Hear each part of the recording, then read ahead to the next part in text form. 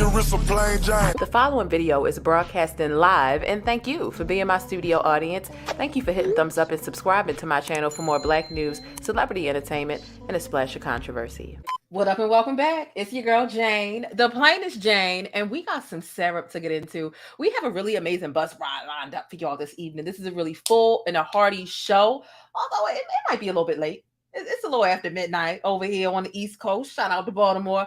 But we're going to have a good time on this bus. It's really well-rounded as well. We got some serious stuff in here. We got some stuff we can laugh about in here. And of course, we got our black news and black excellence and all that other stuff. So y'all know what time it is. Come on in, hit thumbs up on the bus, okay? We was just on a bus, right? We just did the bus ride. It was a nasty bus ride about somebody and all their little feet and pee fetishes, child. Disgusting.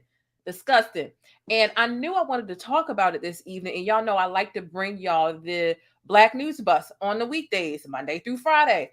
And I said, I am not letting that foot demon mess up the lineup on my Black News Bus. Okay. Won't nobody be getting sick on my bus, right? When we talk, we got a lot of other black news that we need to talk about.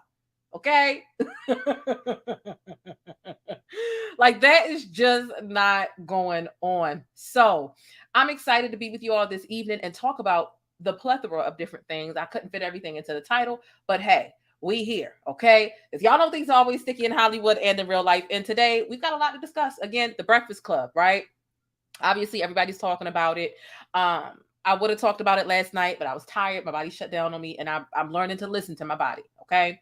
Hashtag delete Facebook began to trend again sometime around yesterday. We're going to talk about the incident that really re-sparked or reignited the hashtag or the nuance of deleting Facebook once more. Wendy Williams then sparked some concern. DaBaby is still annoying and insufferable. T.I.'s daughter, right, Deyjah Harris, actually is going through something that I and a lot of other people find to be a little concerning. And we're wondering why T.I. hasn't stepped up to the plate and came and said and saw what was up. I mean, he was quick to step up with Hyman Gay, right? We're going to get into that. We got some Sesame Street Mascot scandal updates. We got some Christian Tobey Obumseli updates. So y'all remember that story about Christian Tobey Obumseli? Okay. Black man taken out by the white girlfriend. Yeah. And a lot of black women decided to mind their business about it because it's not our fight. Yeah, we got an update for that, right? If you remember that story, drop an 8 in the chat, okay? Of course, we got another Beyoncé bingo number coming up, right? So shout out to all of my stickies who are participating if you're channel members for the Beyoncé box giveaway. We're basically kind of playing bingo, and it's kind of like a scavenger hunt. So you got to collect all the numbers, and then we'll hand them in at the after the videos, and may the best man win, okay? And of course, we've got so much more that we are discussing in today's video. So I'm really excited to be spending some time with y'all. Leo, you excited? He said, stop playing with me and give me my damn payment. You excited? You want a treat? Huh? Okay. You want that? All right. Let's go ahead and get the co-host paid. Let's go ahead and pay the co-host, child. Okay, a lot of y'all remember Christian Tobey Obumseli, I can see. The people want to see. You always want to hide it. All right, here go one more. All right. Let the people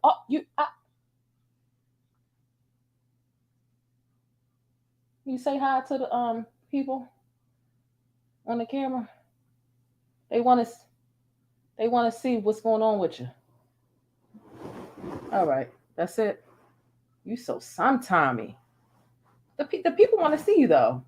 Somebody sending you a new collar because you just say can you just look. Say hello. He said, stop. All right. We don't want Peter coming over here. I paid him his fare, right? I paid him. He can't contact Peter and say that I didn't pay him, right? He's being properly compensated. All right, Leo, get out of here. You're a fun addition to the show, but sometimes you mess up the timing. Can you get down, please? Thank you. Okay. We got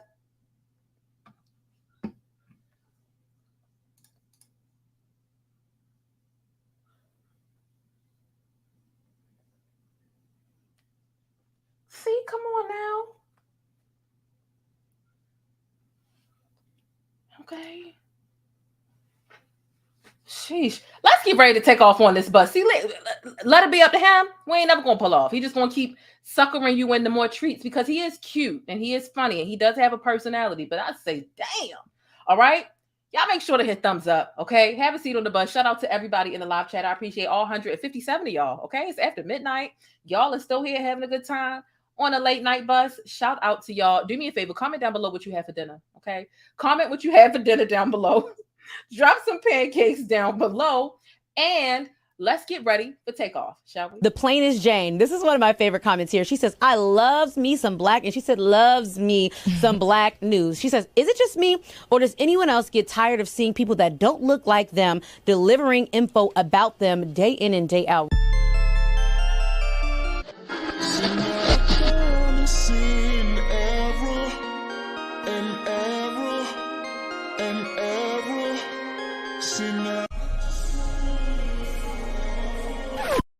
Okay, y'all are inspiring me in the chat. I'm seeing pizza. I'm seeing milkshake. I'm seeing salmon. Oh my good, salmon cream cheese dip. Pizza. It's 9:14. Cheese fries. What else, y'all? Pasta. Okay, chicken pasta. Okay, see, I'll be getting inspiration for what I'm gonna make for dinner next week. When I talk rotisserie chicken and green salad. Grilled chicken, rice and bean corn tortillas. Fried fish, rice and peas, crabs. Olivia, you know the way to my heart. Y'all know over here in Baltimore, we close to the Chesapeake Bay. Crabs, that's what we do. That's what we do. Some of y'all doing jerk chicken. Oh, y'all are making me hungry. Homemade cheeseburger with fried onions, cheddar cheese, and mozzarella. Ooh, okay, grilled cheese. Okay, because I live for a good grilled cheese. Plain old burger, keep it real. I know that's right. Keep it real and keep it plain, like the plainest Jane. Okay. Nonetheless, let's go ahead and get started. I really do appreciate y'all. Now y'all making me hungry. Come on now. I gotta sit through this whole show and y'all gonna make me this hungry. But welcome aboard the Black News Bus. As y'all come on, let me know what y'all had for dinner. The Black News Bus, if you don't already know, it's a social media stroll where we cover Black topics inside of the celebrity world, but it also covers real Black news and topics that affect everyday Black people like you and me. Okay, we could talk about the celebrities and Janet Jackson and all them, but then we could talk about issues that are around about our tax bracket as well. But of course, always on the Black News Bus, I'm always giving you nuggets of Black excellence and Black history. So let's go ahead and get into this show. We got the co-host already paid and out the way. He got half of his payment up front. Real quick, before we get started, y'all know I always mention mental health, okay? And I have some of you all reaching out to me about your mental health, right? And really checking in. I had someone apologize to me because they said, I'm sorry, I haven't been supporting your channel because my mom died and I've just been trying to, and I'm like, look, you do not need to apologize to me. You have to take care of you first. And so whatever it is that you're dealing with in your world, problems that you are acknowledging or problems that you've been pushing to the back burner, make sure you've handled all of your invisible problems in your spiritual warfare before you get to dibbling and dabbling into what's going on in the celebrity world or even checking out my content. You won't catch a lot of content creators being like, don't watch my video unless this. Like, no, handle what you have going on in your world first. Shout out to all of my new subscribers, okay? We're close to 11K. We're a little close to 11K. And of course, before I get into breaking down today's topics and viral events, make sure you subscribe. All right. Subscribing is also free, but make sure you thumbs up or down. Either way, I appreciate it. But make sure you think critically and independently, regardless of what you hear from me or anybody else. Now, let's get right into it. Right as we get started, we pulling off the bus, coming in hot. Okay. Issa Rae. Okay. Issa Rae and her fine, beautiful, talented self. Okay. I'm just like, Issa Rae is so for the people. And so, some of you all may have heard about, right? Let's see if you all have heard about it. Some of y'all might even recognize this picture. You might recognize this picture. And this is a really tragic situation that happened not too long ago. I mean, just the footage it's damning. Okay, it's damning. Issa Rae did a good deed by donating to a family who really can use all the help that they can get right now. I want to show you this video if you haven't seen it already. There is no sound, right? I'm just going to let it play again.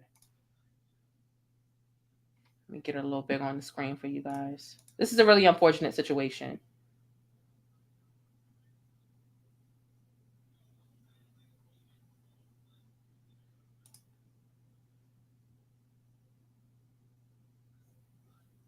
You see this busy street. Ooh, in Los Angeles. Do you see the way she sped through that thing?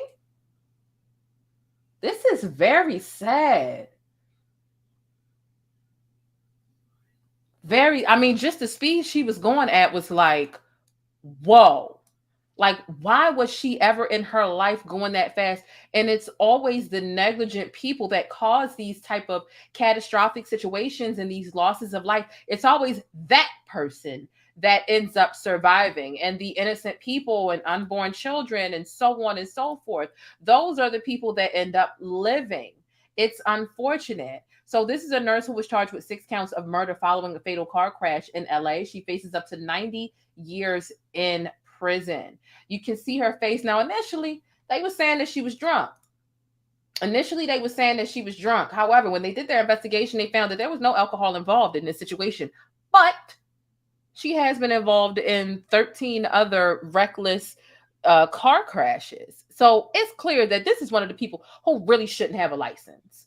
You don't learn after 1, 2, 3 times. You really should not have a license, whether you're inebriated or not. And the thing is, you don't need drugs or alcohol to be inebriated. I realized a while ago, here's what I'll say. Apparently, this woman here was in an emotional rage because of something going on with her boyfriend. He broke up with her, whatever the case was, right? So she was in some sort of emotional rage. And from my understanding, it was said that she really had some sort of emotional disorder. Not an excuse to be out here getting in 13 accidents and to be murdering people.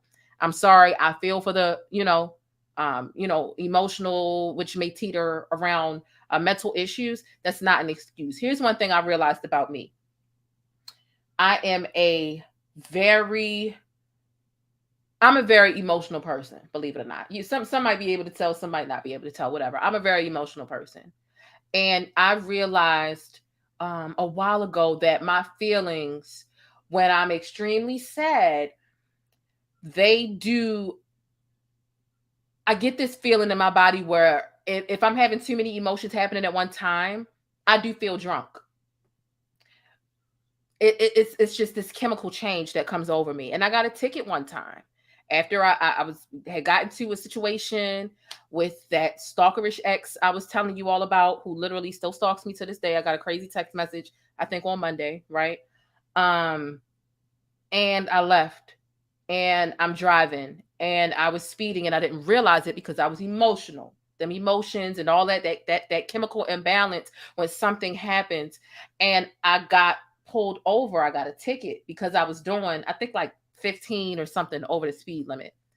And I realized at that moment that my feelings and those emotions had truly outweighed the fear of the police, which my fear of the police, it doesn't go away. It could be any day of the week. It could be the best day of my life. But I'm always scared of getting pulled over because I just am, because I'm Black.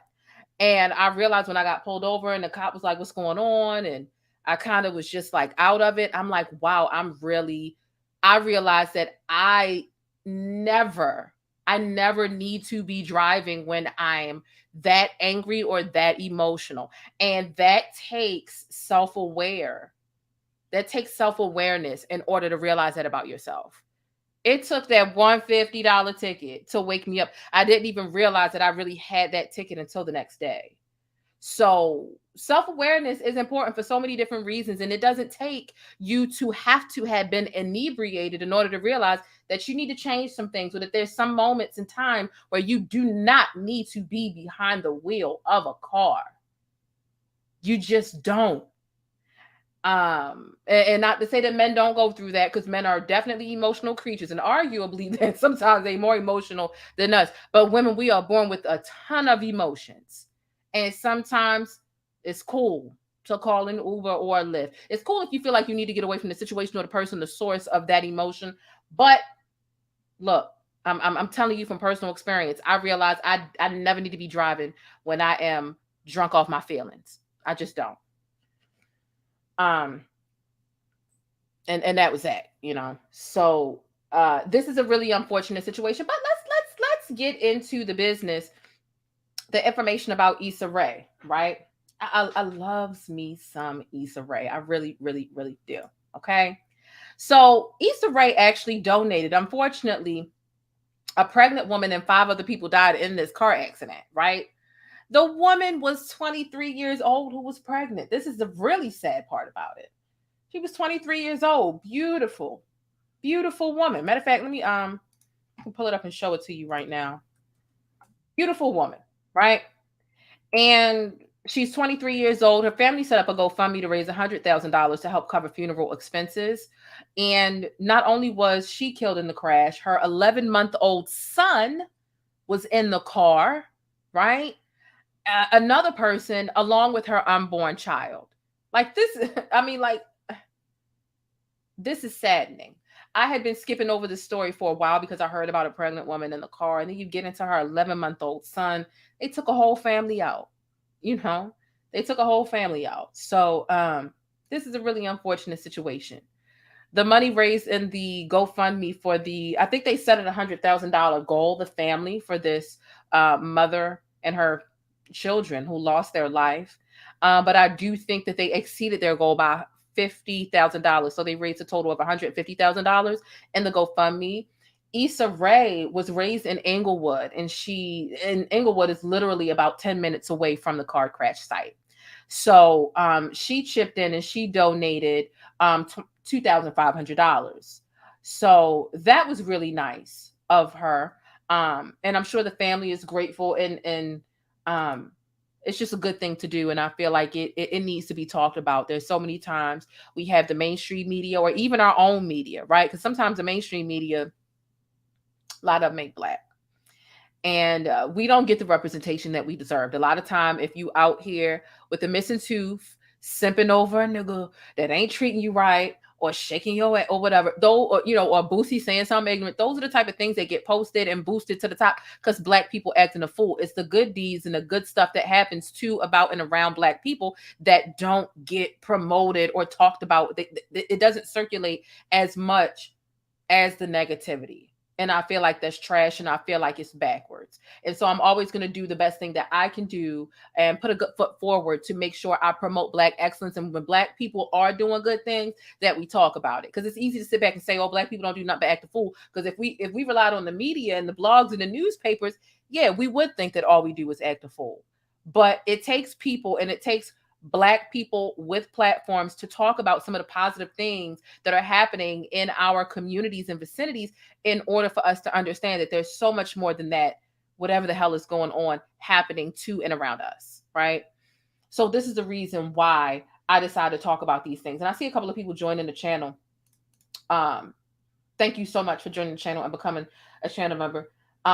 Blue Lagoon Tune says Inglewood is a couple blocks away from crash, but yeah. Yep. Thank you, King Salani, for joining the channel, and thank you, Ray G. So, 6 people.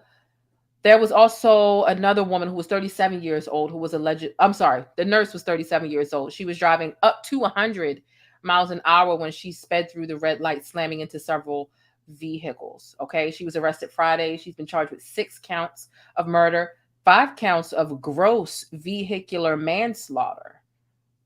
She faces up to 90 years. So that's a lot of time. And honestly, those were a lot of lives that she took. If you take all those people and the years that they would have had left on their life, it far exceeds the 90 years that she's going to get. And it's really just, it's unfortunate. It's an unfortunate situation. It's really sad. I was skipping past this story for the longest time. And I promise you, the only reason I'm talking about it right now, because sometimes I have to realize what stories are too heavy for me. Sometimes I cover stories, and the stories, it's not that the stories overtake me, it's that the details make me so sad, and I have to mind my own mental peace and decide, okay, I'm gonna, I skipped past that story, not because I didn't think that it needed to be talked about, but because I felt like I couldn't handle it. I'm trying to have kids in the next 5 years. And so to hear about an 11-month-old and a pregnant woman dying like that shakes me to my core. The only reason I'm talking about it is because Issa Rae did something. Okay. She did something positive. She did something great, and that needs to be talked about. Okay. So, let's go and, you're welcome. There is a GoFundMe, and I'm pretty sure you can still donate to the GoFundMe as of now. Okay. So that's that situation, right? And let's go ahead and get into the next story about Facebook. Hashtag delete Facebook trending. Oh my God. Oh my God. Hashtag delete Facebook trending. Let's get into that. Have y'all heard about it? Do you know why? Are you alarmed? Listen, every woman needs to listen up. When we talk about this incident and why hashtag delete Facebook is trending, every woman, and I dare I say men, right? Because whether it be your lady, your niece, your daughter, everybody needs to listen up to this story. Okay? Everybody does. Right? So if you've heard about the hashtag delete Facebook thing in the last 2 days, drop a 7 in the chat. Okay. And if you haven't, you haven't, and we're going to get into it. Right.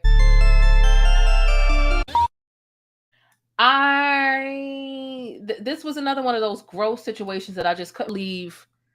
I had to read on the internet.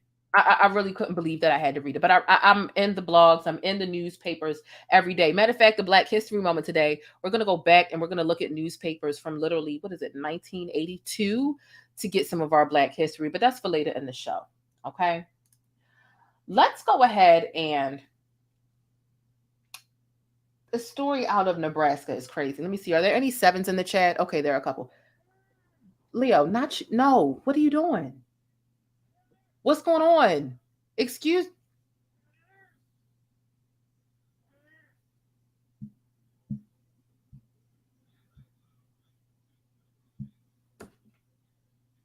you. Can you get down? Can you get down, please? Yes, get down. Please don't make me get nasty on this live. Leo, get down.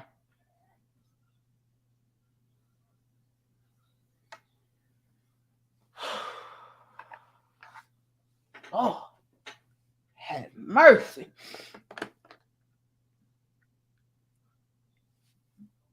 Sheesh. All right. Let's get into the story, right? I see quite a few. I see a couple 7s in the chat, right? There's some people who know about it. Let's go ahead and get into this, right? So Facebook gave Nebraska cops a teen's DMs, direct messages. They used these messages to prosecute her for having an abortion. Okay. So again, this teenager was 17 years old. She was 24 weeks pregnant. Her mom also got arrested. Her mom was 41 years old, and she's finna be tried as an adult. Okay. Although she's, 17 years old. Let's get into these details of this situation. So this 17-year-old teenager told police that she'd suffered a miscarriage. They continued to investigate nonetheless, and they served Facebook with a search warrant to access her and her mother's Facebook accounts. They subsequently found messages between the mother and the daughter allegedly detailing how the 17-year-old had undergone a self-managed abortion with the help of her mother. There are 4 states that ban abortion at 24 weeks and more than a dozen that broadly ban it at the start of fetal viability, right? Again, she was 24 weeks pregnant. The state that she is in, which is Nebraska, they have outlawed abortions up to 20 weeks, right? So they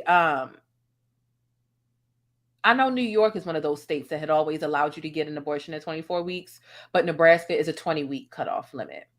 So here's what her and her mother were charged with. Okay. They were charged in July with allegedly removing, concealing, or abandoning a dead human body and concealing the death of another person and false reporting. After the police department received a tip claiming that the teenager miscarried in April at 23 weeks of pregnancy and secretly buried the fetus with her mother's help. So, the specific DMs came out, and I care not to read those DMs because it really doesn't matter. But at the end of the day, between her and her mom, they burned and they buried the fetus. The daughter was also charged with, because both of them were charged with, again, removing, concealing, abandoning a dead body, and concealing the death of another person in false reporting. But the daughter was also charged with performing or attempting an abortion greater than 20 weeks, performing an abortion when not a licensed doctor. So, in the UK, you can get an abortion up to 8 months. Oh my, yeah, I heard New York has things like that too. New York has always been the safe haven if you wanted to get like a last minute abortion, like last minute as in 8 months. Like that's, a whole nother conversation. However, when the whole Roe versus Wade thing first really reached its boiling point on social media, this was one of the many hypothetical questions that a lot of us women were having. What if this? What if that? What if there's a health condition? What if it's a stillborn? What if it, like there was so many hypothetical questions, and this was definitely one of them. And let the truth be told, I think it's pretty much common sense, but common sense really ain't so common. Banning abortions is not going to stop abortions from happening. It's just going to increase the risks that women will endure when they get alley, backdoor, backyard, basement abortions. It's just going to increase the unsafe abortions that are going to take place. So this really doesn't help. It puts more women at risk. And as women trying to access healthcare when it comes to reproductive healthcare and these type of situations, there's so much work that you've got to do as a woman, right? If you want to take advantage of these things, you've got to ditch and delete your period tracking apps. There's so much that we learned at the time during Roe versus Wade. The discourse was plentiful. I wanted to talk about it more. I was only able to give a bite size because it was just a lot, and it was kind of sad for me. And just for the state of women having their own choice. When you're using these period tracking apps, they're not free. They're free, but they're not free. They're free apps, but you pay with the information that you give it because they sell your information. So when you're using these period tracker apps, even if you haven't used it in, let's just say 8-9 months, it still has some data stuck in there from when you were putting in your start dates, your end dates, your ovulation, all the different stuff that you put in there. And they're able to, the same way they went and they gave a warrant and they requested, they pressed up on Facebook and forced them to let up off the information. It's the same thing they can do with these tracking apps. So if they ever wanted to prosecute you or your daughter or your niece, your nephew, your homegirl, whoever, there's a lot of different data they can pull from. Has she ever had a period tracker app? Even if you haven't had one since 2014, they're going to go get it because they're going to use that. They're going to use those dates to map out, okay, well, we suspect she got one around July based off the data we received from the period tracking app from however long ago. Yeah, it seems like her cycle would be, now mind you, all cycles are irregular, at least, in my life and the circles and the women that I talk to, they can be pretty irregular and but that does not mean that your data is not being used against you if and when the government decides that they want to subpoena that stuff and get a warrant for that stuff. So a lot of women now, they're just like, I'm not using the app. Like you got to go back to doing it old school and buying you a little planner from the dollar store and putting it in there because it's not safe to put it in the period tracker apps anymore. You got to avoid buying pregnancy tests, especially with the credit card, but even in person, you got to send somebody else because if you buy a pregnancy test with your card and they go back and they get it and they get the date and then in 2-3 weeks you get an abortion, boom, they're using that stuff against you too. You got to leave your phone at home if you do decide to take a trip that involves any sort of contraceptive or whatever the case is because they're going to use those coordinates as well. You can't tell anyone you went to the doctor because think about it. How was someone tipped off about this teenager in Nebraska? How did somebody tip off the police to the point where they did a full-blown investigation that she had a miscarriage? She clearly had 1 or 2 little friends that she told. So you can't even get support from your friends anymore when you're going through something that may be a sad period of your life because somebody might tell. We don't know. It could have been a doctor at her last checkup. We don't know. You just can't trust anybody. It puts you into this state of paranoia.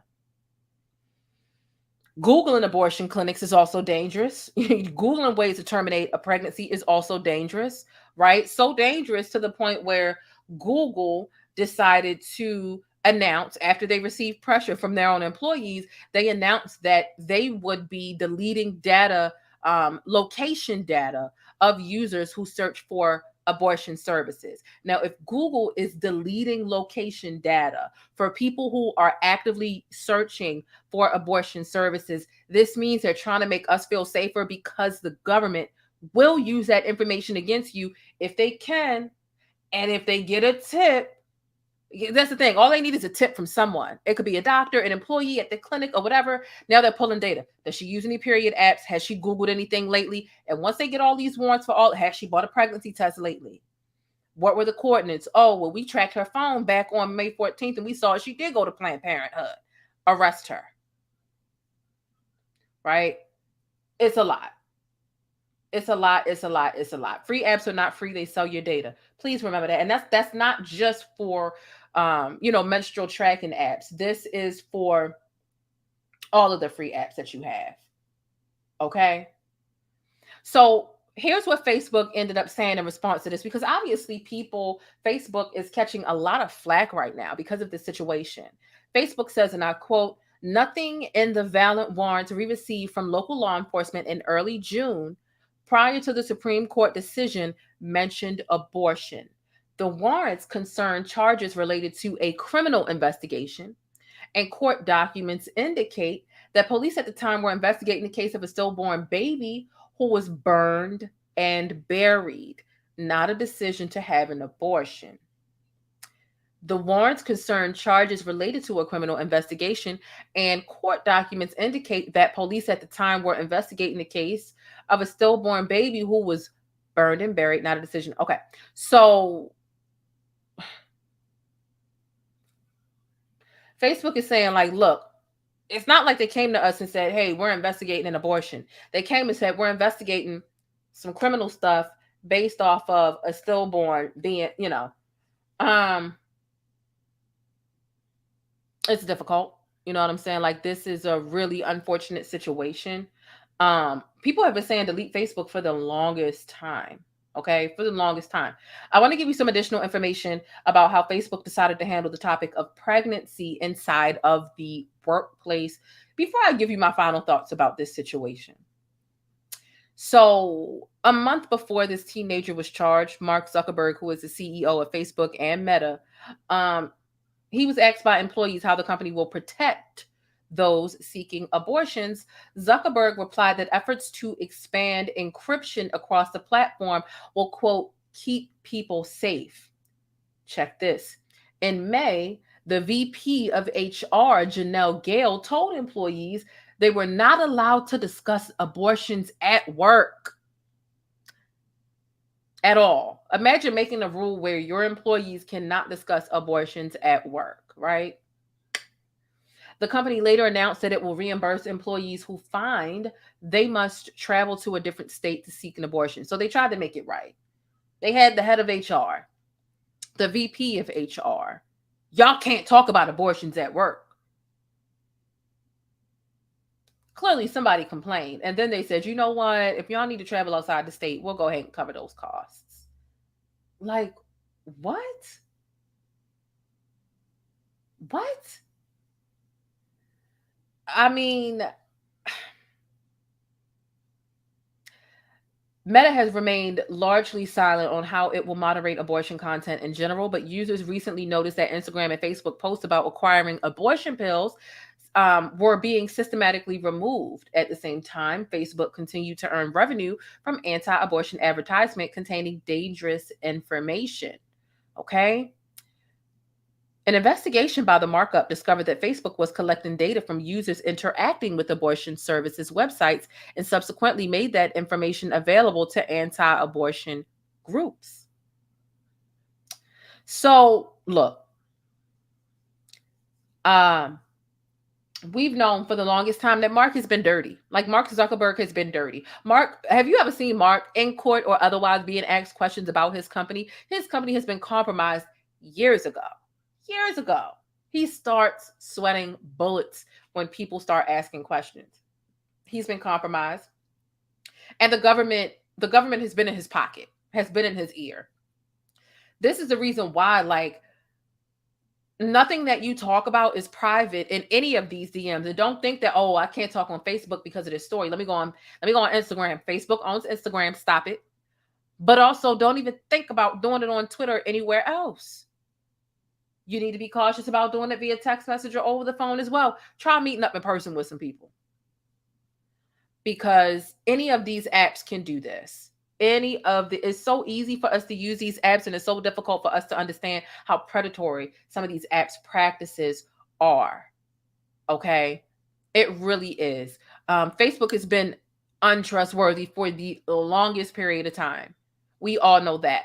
I'm not blaming this teenager and her mom for what they did. It sounds horrific. Oh my God, it does. Like, what are you talking about? Burned and buried. Like, what is the proper disposal that a medical facility would go through with an abortion? I don't know. I'm not a medical professional, so I don't know what a medical professional does when they go ahead and terminate a pregnancy, right? So does it sound cruel and unusual? Oh yes, it does when you talk about burned and buried. However, I just don't feel like this is everyone's business, right? Because whatever the medical facility does, whether they, flushing down the toilet or do whatever it is that they do, whatever it is, they're not here. And it's sad in and of itself, whether you gave it a funeral and put it in a little baby casket, or, whether they just get sucked up through the vacuum, which some abortions are like that. It's just not pretty. And it's bad enough that you have to go through that. And then this is some information that has been dispersed to the whole world, not just the government being privy to your private information as a woman. Now the rest of the world is eating up these gruesome details of whatever you tried to do to make the best decision for you and your life, you and your mom. Like, this really is not our business. And I am not about to sit here and judge. Yeah, they white people, but I'm not about to sit here and judge, because this problem doesn't have a color. This story in particular is about white people, but these are just some people who got caught. Don't think that since this law, Roe versus Wade, has went up in flames, don't think that there haven't been people from every walk in religion, walk of life, right? Don't think that other people haven't done it too, and maybe just haven't been caught by the government. This is really unfortunate. It really, really, really is. The Chandra Lachey Show says, thank you for pushing through your everyday life to give us organic information. Love you for that. Oh, you're more than welcome. And thank you so much for the $9.99 super chat. I really do appreciate that. So yeah, I do think it sounds morbid, but I think that all of it, I mean, you know what I mean? Like, if you really want to get down to the nitty gritty of ripping a a fetus from your body and disposing of it. However, like, all of that is morbid. A regular abortion in a perfectly safe clinical setting, even that is morbid. You know what I mean? As women, we make certain decisions, and that is our business. It's our business, So I look, again, had she had the opportunity to get a safe abortion, she would have. She felt like she needed to take it into her own hands, and that's that. But look, I want to know your final thought on this, Stickies. This is a really sad, it's a really gloomy situation. Do you find this practice by the government, right, to be able to just gather up some DMs from whatever social media or whatever the case is? Do you find that to be intrusive by the government? Do you think it's a violation of HIPAA laws? Is Facebook wrong for complying, right? Is the government doing too much? Will you be deleting Facebook, right? We've been talking about deleting Facebook for the longest time. We have been talking about deleting Facebook for the longest time. But have you done it? Put a 2 in the chat if you've deleted Facebook. Put a 3 if you've been considering it, but you just can't or you won't. A lot of people keep Facebook open because that's how they communicate with their family or high school, or, whoever you went to high school with, or whatever the case is. Me, I don't really do much. I don't say or do much on Facebook at all anymore. I literally just leave it open if I need to get in touch with people who otherwise stay there. Facebook is kind of like an older, it's an older, sometimes it's older people there. Handmade Tales, Facebook is there wrong. I see some 2s, I see some 3s. Okay. A lot of people that got rid of it. Okay. Look, I like my high school reunions. That's why I say something on Facebook literally 3 times a year. I don't be on there. Okay. I do not be on there. But high school reunions are important to me. We had our 10-year high school reunion, and it was like the Fire Festival, and I had to clown it. I had to clown it because I paid to go, and the girl tried to play with me. But that's a whole nother story. It's a whole nother story. But yeah, Facebook is dirty. They dead wrong, and they've been dirty and dead wrong for a long time. That's why, and they're just like not popping as a social media platform. Facebook really is just not popping. It's not that girl. It's not worth it. It's not worth it. It's really not. All right, we got 300 people up in here tonight. Make sure y'all hit thumbs up if you haven't already, because we can fight. We can fight, okay? Hit that damn thumbs up button. It's free. It don't cost nothing. Now, keep in mind, you can definitely send a super chat, okay? If you want to support the show in a monetary way, you can send a cash app. You can send a super thanks, okay? And that's whether you're on the bus or you're chasing the bus, watching a replay, all right? Just make sure you support. And if you ain't got no money, that's fine. Donate with the light, because it don't cost nothing, okay? Let's get into T.I.'s daughter. You know, T.I. is crusty, dusty, musty, misogynist, like sticking his toes places where the sun don't shine. Shout out to that last story I just did. Y'all remember I was covering the T.I. trial, you know, when I think he got indicted for all those different women that said that he had, there was like some whole sexual misconduct thing with him and his wife. Terrible, terrible. I covered that. Let's talk about T.I. and his musty, dusty ass and his beautiful, sweet daughter. Because his daughter, all his kids are great. King needs some work. King needs some work. His only son needs some work. Other than that, his daughter's a sweetheart, to be honest with you. So I want to get into that, okay? Hit thumbs up, drop some pancakes, and let's keep it going. Hey, thanks for letting me keep you connected and in the know with what's happening in the Black world. Don't forget to smash on that like button for support and for more Black news. All right, so I personally feel like T.I.'s daughter is crying out for help. And where's he at? Where's he at? Let's go through what it is that she said online. And I'm wondering why he's so quiet, because he's quick to speak up about anything else. He's real quick to do that. But why is he so quiet about this? This is something that a father should be stepping up and standing with his child about and making it known. Him and Snoop Dogg kill me stepping up to be loud and misogynistic about whatever's going on in the world, disrespecting any other random woman around. T.I.'s disrespecting comedians because they funnier than him, because he think he a newfound comedian. You're not.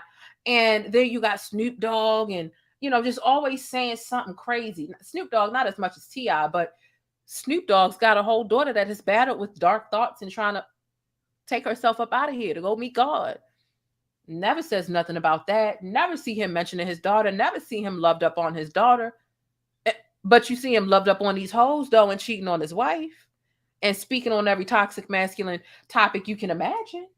Make it make sense. Nonetheless, T.I.'s daughter is beautiful. Now, mind you, this isn't his biological daughter, but this is his bonus daughter. That's what people call it when you marry someone and they have a previous child. They call them a bonus child, right? Let's get into what she had to say. And this was in her Instagram stories that I was able to grab yesterday.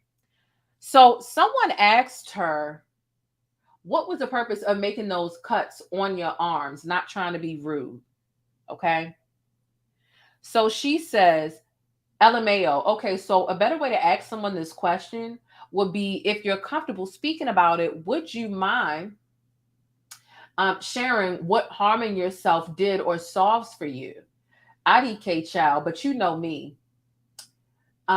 I'm open and transparent, but you asked. So around 11 to 15, I think that back then I was doing it because I was sad and numb in a way. However, around 17 to, right? And you can see this emoji kind of stands for like, I'm embarrassed to say this. This is awkward. That's what this emoji means. So she put from 17 to and didn't put an end age.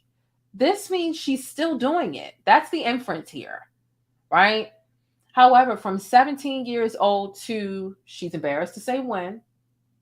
So after Auntie Precious passed, that's when it kind of changed. It got worse. I do it, not I've done it, but I do it because I have a lot of anger to release, basically. LOL. It's like, ugh, I can't explain. I want to be honest, but I don't want people to look at me and say, oh my God, she needs help, or try to give me sympathy, because I don't need it. The short answer will be because it's a way for me to release anger, or sometimes I'm numb. So I do it just to feel something. This is sad. Okay. Oh, I got it backwards. Okay, I got it backwards about which daughter was his. Okay, so it's, am I saying it right? Zonique is his bonus daughter. Okay, got you. Thank y'all for getting me together in the chat, y'all. What would I do without y'all? But what do you think about this? You know what I mean? Like, what do you think? You know what I mean? Like, he was so quick. Like, we remember the whole Hyman Gate situation. So much so that this crazy little meme went viral of what looked like T.I. looking through a damn Hyman, because he was just so loud, bold, and proud about it. If you were wondering how Deyjah felt at this time, if you were wondering how she felt, her likes basically told it all, right? Says this is disgusting, it's possessive, and it's controlling. He was saying, give me my results. Because basically the thing was, he was doing some sort of radio interview. And the thing was, he was saying, I take my 18-year-old daughter to the OBGYN, and when the results came back, she don't get them first. I tell the doctor, give me my results. So that is where this comment is coming from, saying, give me my results. First of all, those are her results, like WTF. And someone else says, this is just beyond possessive. And these were the tweets that she was liking at that time. So it's clear she really didn't approve of that. It was really embarrassing. It was humiliating. And, T.I. was ready to show up loudly and proudly to announce and take credit for checking her hymen for a couple of reasons. Number one, he enjoys scrutiny because he likes to argue. And outrage is social currency. Outrage is social currency. That's why trolling is so beneficial for people who don't mind going through that fire. But also, he knew that there were several other toxic men or toxic fathers who would agree with him and that sentiment. Meanwhile, his son King is out here 16 years old, smoking weed in a hot tub. He recording it. He's giggling. He thinks it's funny. He thinks little boys can go out and and have sex and come home and have a girl pregnant, even though he's 15, but he doesn't think a girl should do it because the girl bears all the responsibility. It's just trash. His parenting, his 1950s way of raising children is trash. You know what I mean? I won't say all of it is trash, but definitely his sexism and misogyny is trash. Because if you're raising your boys to be hoes and sluts, because men can be hoes and sluts too, not just women. But if you're raising the men to think he can just sling it around and give it to everybody and not wrap it up and get people pregnant, but you want the girls to be these dainty, go home, cook clean, be pregnant and barefoot type of people, you're creating other people like you, T.I. And so, the good girl really shouldn't be dealing with the toxic man or toxic young man that you're raising, such as King, right? And that's his son's name. And King is also just I saw him at the Waffle House. I didn't see him personally. I saw online he was at the Waffle House, and he was talking down on the people that work at the Waffle House like they were poor. He was, like, as if King's funny looking ass is, what I'm saying? As if he's rich. Like, no, your dad's rich. You've done a little something, but the way that you treat the janitor should be the same way that you would treat a CEO. Don't be out here with your parents' money acting like you're better than the people that work at the Waffle House.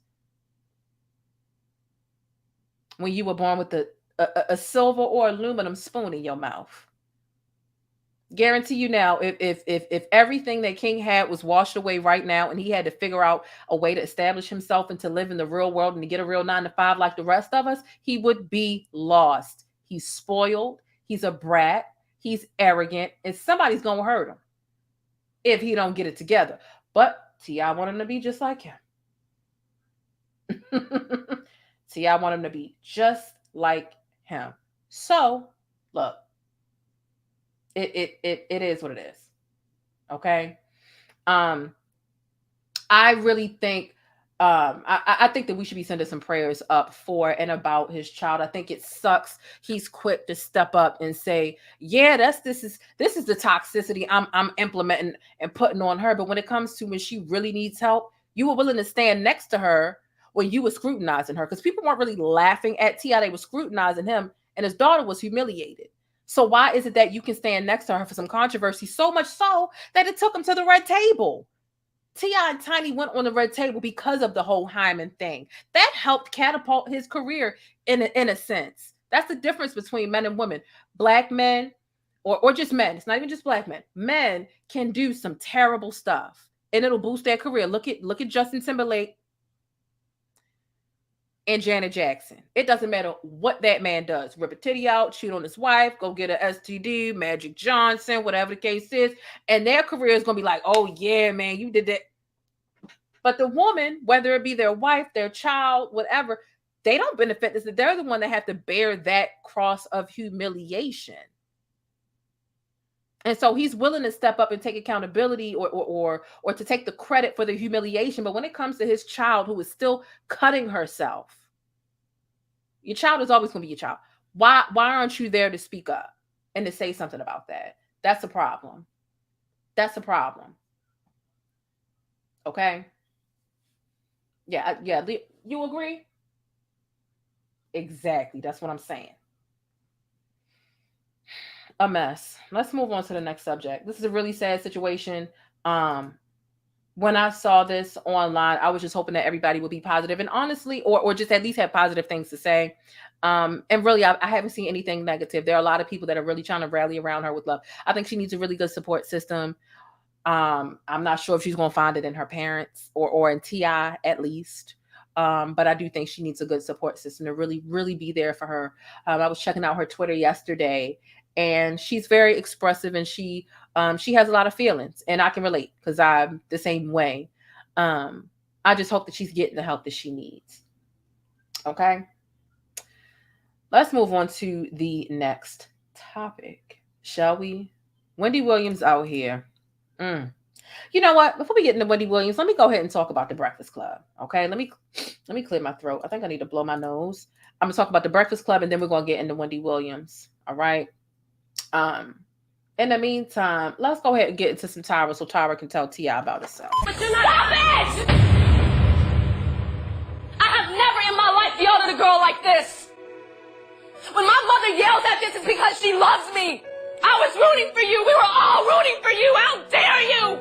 Learn something from this. You go to bed at night, you lay there, and you take responsibility for yourself.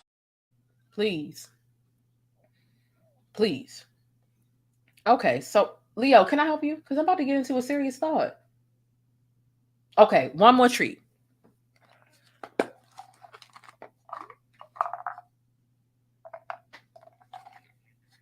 Hold on, let me hold it in the camera. Okay, right here.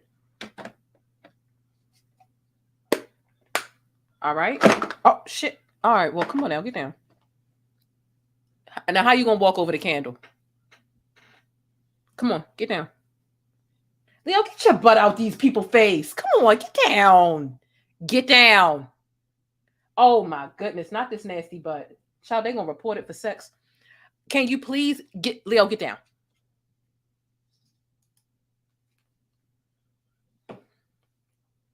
Lord.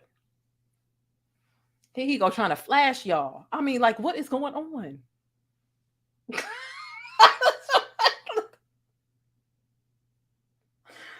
What is going on? I don't got time to be getting reported for that.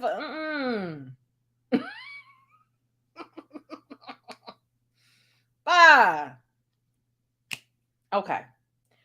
Let me get my thoughts. I really didn't even write down any thoughts about this because I really just wanted it to come straight off the top. I feel like the Breakfast Club is something I can easily talk about without writing it down, and it'll be more natural that way. Honestly, I'm sad, but I'm happy. I'm sad, but I'm glad to see the Breakfast Club disbanded. I know that the Breakfast Club gets a lot of slander, right? A lot of people don't respect it the way it should be respected. I'm gonna say it. I think that this is an unpopular opinion based off of what I've been seeing on social media. Yeah, I be watching other people get dragged. And I might cackle. That don't mean I agree. And August 29th, 20, okay. That don't mean I agree. And honestly, the Breakfast Club, 12 years is a really long time. Shout out to all 370 of us here right now. Make sure y'all hit the thumbs up button, okay? There's so many different, I see people talking about Charlamagne. I see people talking about Envy. Look, they did the thing for 12 years. Ray J was their first interview. And Angela Yee was the balancing force that we needed sometimes, honestly, when Charlamagne and Envy would get too carried away. Angela Yee would bring it back down. I know some people call her boring or whatever. I get that, right? I get people's perspective, because I understand why they're calling her boring. I don't find her to be boring. I do feel like she's not as vocal now. I do feel like it makes sense that she is leaving because she hasn't been as engaged over the last, I would say, probably like 1 or 2 years. The thing with me, and the thing about having a show, and especially a morning show, is you become a part of people's daily routines. And when that's gone, people be lost. I mean, I have people in my inbox like, you know how boring YouTube is without you, Jane? Like, where you at? And that's why I feel so bad when I can't give a video, because whether it be late at night like this, like for the people who are up 1 in the morning or whatever, I'm a part of your daily routine when you're helping the time pass at work. And that's what the Breakfast Club was for me in the morning. There were several times where I felt like they missed the mark. Don't get it misconstrued. Just because I'm giving them the respect that they deserve as radio personalities doesn't mean I haven't been able to recognize when and where and how they went wrong. And we know, I feel like Charlamagne has just the most baggage. He has the most scandal in him.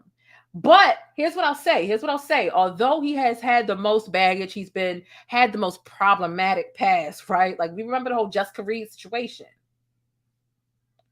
Charlamagne has changed so much that he's not even as funny as he used to be because of cancel culture.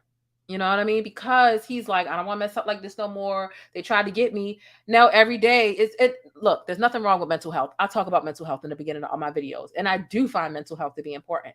But it's almost like Charlamagne he's not as fun as he used to be. Like, the show has definitely lost its spice. The peak of the Breakfast Club is far behind them. It's far behind them.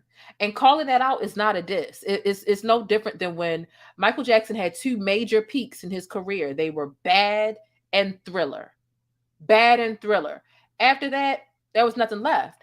And Michael Jackson always felt like he was trying to be as great as his peak. And sometimes competing with your peak will run you ragged. Or at least people will notice. And the Breakfast Club, they had their time. But it's just not there anymore. You know, some people would like to blame corporate sponsors. When you get a certain amount of sponsorships, you might get one sponsor that feels like, okay, no sex jokes. You might get one sponsor that feels like, okay, I don't want you to say this word or that word. You might get another sponsor that feels like these topics are too risky. So once you have too many people, too many sponsors in your pocket, you're centering yourself in a way to, it's like, is this Disney Channel AM? Like, what is this? You know what I mean? And I feel like that's definitely a contributing factor for them as to why they aren't as, what's the word, controversial as they used to be. I just felt like they had a really great chemistry. I really enjoy a show where people are able to joke and tell jokes like, oh, I'm sick and tired of you. Oh, that's boring. What you like real friends where they can, you know, and it's been that way for quite some time with them. It's about time they disbanded, though. It makes perfect sense. They don't have the spark. They don't have the flair that they used to have.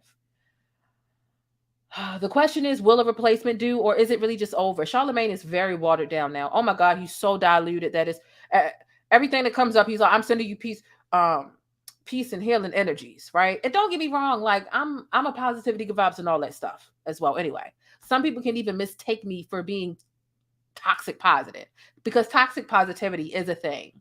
It's when you think you can treat any and everything in the world with positivity, right? But Charlamagne is just. He just don't. It's not.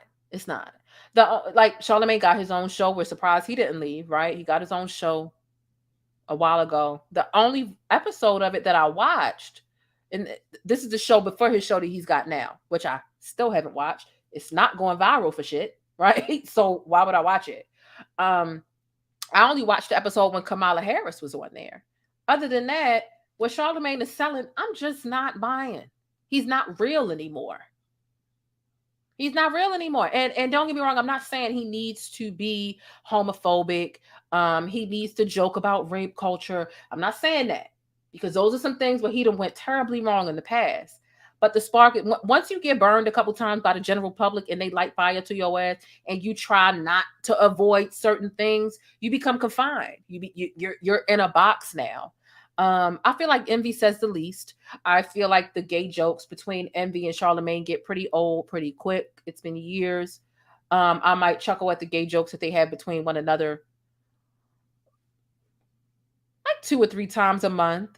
But other than that, when Charlamagne and Envy are really missing the mark, I've been so appreciative of the fact that Ye was there to say, no, here's the woman perspective, and you can't say that because this. Some people question if Angela Yee has what it takes to do her own radio show, since she does. The reason she's leaving is for her own radio show. Can she handle it? Does she have enough personality to lead, right? To lead a show, right? She's been a part of an ensemble for 12 years. The thing about Angela Yee, she was very intentional and very direct with what she wanted when she started the Breakfast Club. She always made it known, I eventually want my own show. Angela Yee was on Sirius XM before, with her own show, before she did the Breakfast Club. And when she agreed to do the Breakfast Club, she still let the big bosses know, hey, I'm doing this, but eventually I want my own show. 12 years is a really long time. So if it's over now, if they're going to find a replacement now, if it's just going to be Charlamagne and Envy now, it's still very impressive what they've done. The Breakfast Club has entertained us for years. To be a syndicated radio show station, to have that syndicated national reach is not easy to achieve, especially as a, Black or brown person, right? Because Angela Yee isn't Black. She's biracial. But I think that this could be great for them to have an opportunity to revamp. The rollout did seem a little haphazard of the announcement. But we'll see. We'll see. We'll see where it goes. We'll see where it goes. I'm happy for Ye, and I think that's pretty much all I can say. That's pretty much all I can say. I enjoy the Breakfast Club, but sometimes you just gotta grow. You've got to evolve, and yeah. I'll leave it there. I might have more thoughts a little bit later, but y'all know I have a radio background. Like, I came from radio before I got to... No, I got into radio after I started YouTube. And that's actually how I got into radio. Was the owner of the radio station found my YouTube and I got into it. So I'm pretty privy to a lot of the radio stuff. And not to mention, here's the last thing I'll say. Radio and communications is a male-dominated industry. Unfortunately, it's a male-dominated industry, and it's difficult to be a woman in a male-dominated industry with communications. And I'm talking regular radio, I'm talking television, daytime TV, nighttime TV. It is a male-dominated industry. We remember all that controversy with Joe Budden and that woman who felt like who said that there are all these that working in radio with all these men, and there are like 2 to 8 men in the radio and entertainment business. You have to listen to a lot of inappropriateness, whether they're directing it at you or not. And you have to decide, what am I going to speak up about? What am I going to keep quiet about? What is it? And it's difficult. It's difficult, So to make it 12 years around those two, and we can hear that Envy and Charlamagne have been toxic on air a couple of times. Could only imagine what's going on behind the scenes, So it takes a lot to endure and deal with that and navigate that. Without making things complicated for the rest of the show ensemble or the rest of HR or whatever. They're at what? Power 105, Power 106 or something like that. iHeartRadio is a huge building. So, it takes a lot to be cordial in that. So that's what I'll say about the Breakfast Club. It might have been a long explanation, but I do want to give the Breakfast Club their respect that they deserve, because a lot of the people who are talking mess about the Breakfast Club and really just talking trash, like not just providing criticism and critique, but talking mess about it. Like they wish they had that reach. They wish that they aspired to do something as big as, I'm going to be on the radio in all of America, and people outside of America are going to know my name, and they're going to listen to my show, or they're going to see my product, or whatever the case is. They could never do it. The Breakfast Club has made a lot of mistakes, but when you make mistakes, it doesn't mean that you shut down shop, go home, and end whatever the hell you ventured out to do. And so I can't lie. A lot of the people hating on the Breakfast Club, you wish you could do it. You wish you had millions of people willing to listen to you, and people that even cared enough to give you criticism about that. So there's a lot of hate out there, although I've seen a couple drops, a couple sprinkles of legitimate criticism. Other than that, it's just been like, we don't like them, get them out of here. And it's like, can't give niggas shit because they're so unforgiving, right? It's the same way you go to a black business and you feel like the service wasn't up to par, and here you are trying to burn them at the stake, and I ain't never gonna go to them again, and I hope nobody else go to you, but you done been done wrong at Walmart and McDonald's, but you still go back. But for some reason, black people are unforgivable, and you have no leeway and no grace, and you don't understand how entertainment works.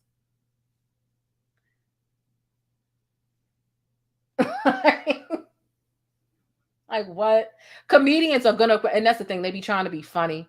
I feel like, a lot of radio personalities are like mini comedians, because you do kind of got to be funny. I think I'm a mini comedian. I would never say I'm a serious comedian, but I think that I'm pretty decent at making people laugh. And sometimes in order to make people laugh, you got to push the line a little bit, right? So that's all I'll say. I'll wrap that up. Okay. Those are my thoughts on the Breakfast Club, but I would like to keep the conversation going down below in the chat or in the comments if you're chasing the bus. Okay. What are your thoughts on the Breakfast Club and them disbanding? Do you think that they're going to survive without Angela Yee? Do you think that they're going to replace Angela Yee?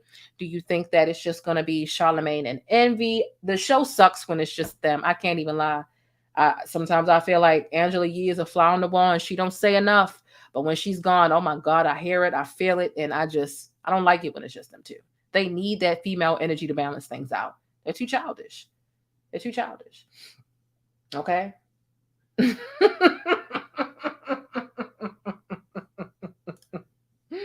Okay, shout out to the new people coming in the chat. Hey, Real Estate Shashi. Thank y'all for hitting thumbs up on the video too. But yeah, I wish Yee the most success with her own show that she has coming up. And, some people feel like she won't make it, but she's already got lip service, and lip service does pretty well. And Angela Yee isn't the most vocal, but she knows how to ask questions and make content that's going to go viral. I have faith it's going to do well. A lot of people think she's going to fall on her face. I don't. I think she's going to get it. I think a lot of people don't know how to interpret Yee's personality. And that's the reason why they got so much trash to talk about her. She's been blocking everybody. She has been blocking everybody. Now, speaking of the Breakfast Club, let's segue right into Wendy Williams. We know Wendy Williams, the Breakfast Club, Charlamagne, and they used to bump heads a lot because Charlamagne used to be Wendy Williams' intern. There's a whole nother story for a whole nother day. Y'all know I study Wendy Williams, but I study all things radio anyway. Wendy Williams has been seen out in public. Okay? She's been seen out in public, and baby, when I tell you the people are concerned, the people are concerned. What are your thoughts? What's going on? What's going on? What's going on? What's going on? What's going on? What's happening here? Look.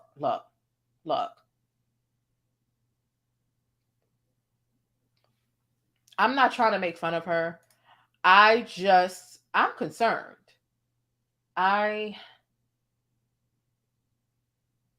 I wonder if she's dazed and confused. I wonder if she's being taken advantage of.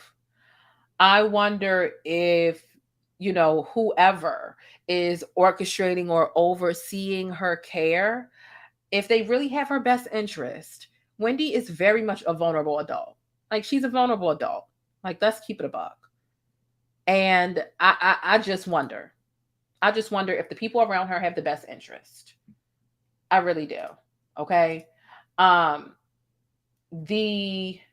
was I trying to say? If you follow me on Twitter, you've already seen these images. I posted them yesterday. Okay. So I would have came live and talked to y'all about this yesterday, but I had to get some sleep. But y'all know I always got my finger on the pulse. And this, look, Wendy Williams got some long legs. I mean, she's a tall woman. Like Wendy Williams is tall as hell. So she do got long legs. You know, the only thing that I had to say about this picture or this outing was why she got on these coochie cutters. Why do she got on, you know, I wouldn't want my mom or my grandmother out in these coochie cutters, child. Baby, these coochie cutters.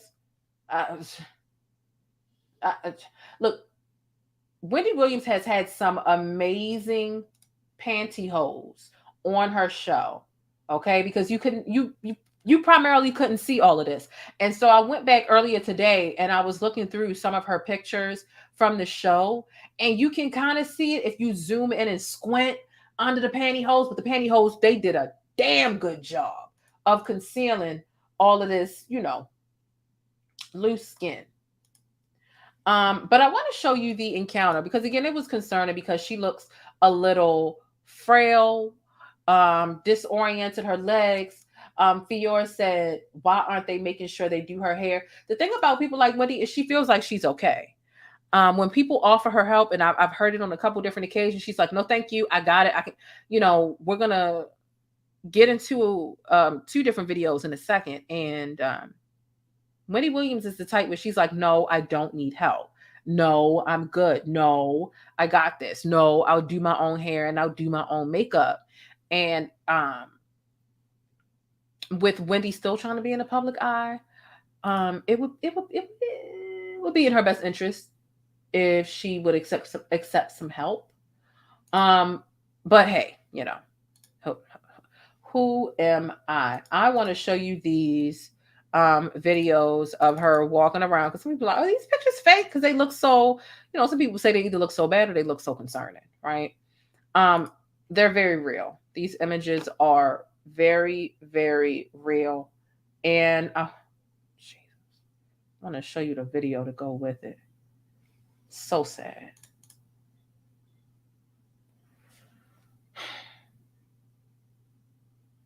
There's no sound on this video, but damn, she got some long legs. Wow. Okay. Look at them legs. Damn, how come she ain't run track or play basketball? Sheesh.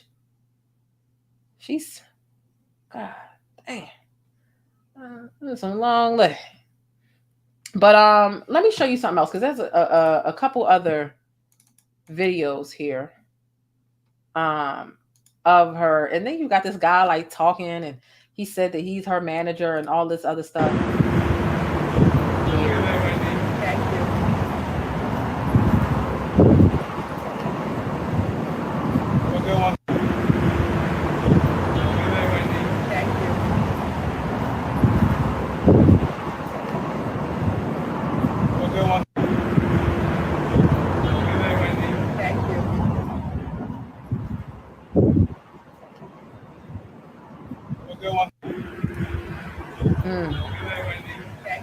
All right. So we're done with that one. There's one more that I need y'all to see. Ooh, why is it so loud in the background?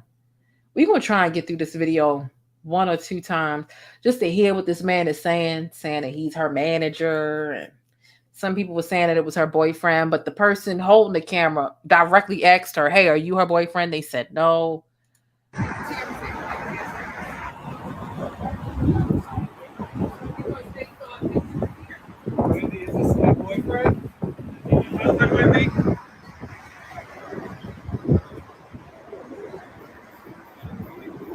Ask me, what you gonna ask me? Ask me. What you gonna ask me? No, you wanted to ask about the boyfriend. You asked about the boyfriend thing. Your boyfriend? I'm a manager. Oh, how you doing, son? Well, sorry, not only am I a manager, I'm a celebrity jeweler. Oh. I can never be her boyfriend. Oh, okay. Okay? Nice to meet you. Sorry about that. Same here, no problem. Now you a celebrity too. Wendy, is this my boyfriend? Your husband, Wendy?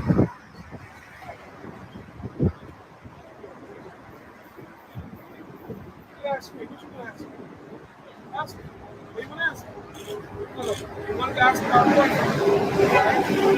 You asked about the boyfriend thing. Is your boyfriend? I'm a manager. Oh, how you doing, so? Well, Selby, not only am I a manager, I'm a celebrity jeweler. I can never be her boyfriend. Oh, okay. Okay? Nice to meet you. Sorry about that. Same here, no problem. All right. Had enough of that loud video. All right. So TD says, I think that the pictures were altered because her legs didn't look that bad. I did see some of the excess skin. Now, I can't zoom in as much here as I was able to zoom in on my phone. Because, when you're on your phone and you're watching it, you can zoom all the way in. I zoomed in and I did see some of that. It specifically on the back end. So if I let me put the picture back up so that y'all can see it. I totally saw that the back, like when she's at the car, I did see that. The front, I didn't get a chance to look at that. The video didn't allow that. But as far as this back action, it's definitely real. I did see that. But when you're walking, you got extra fat. It just moves. And that's whether you're this skinny or you're like actually just bigger. So if they caught her when her leg was in motion and the skin was literally swinging, then that's what it caught. Look, I'm trying to be respectful, okay? Because Wendy, it ain't looking too good. It ain't looking too good. We happy she walking and we happy she doing all that, but it ain't. Look, I try to give her some grace. And I have people coming through the comments. Why are you giving her grace? She's talked so much mess about people in the past. Why are you taking it easy? I'm like, I'm not taking it easy on her. And talking trash about people doesn't mean that you deserve to die and be in pain and to be sickly. May it be your karma. Hey, look, that's up for debate. But I'm not here to instigate or whatever. Look, the only type of people that are off limits for me, where I'm gonna make fun of everything that's going on with you in your life, are pedophiles for the most part. When you be touching on children and taking their innocence, nothing's off limit for me. Okay, nothing. I'm going to make fun of it because you had no right to violate children. But when it comes to other people,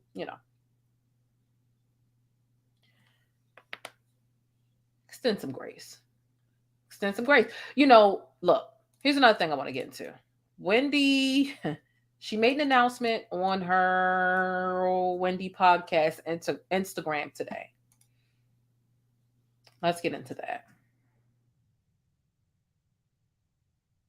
I'll be back. Trust me. First of all, this song better not be copied. Hold up. Because y'all try and get me. Co-host, I'm famous, and I'll be back. Trust me.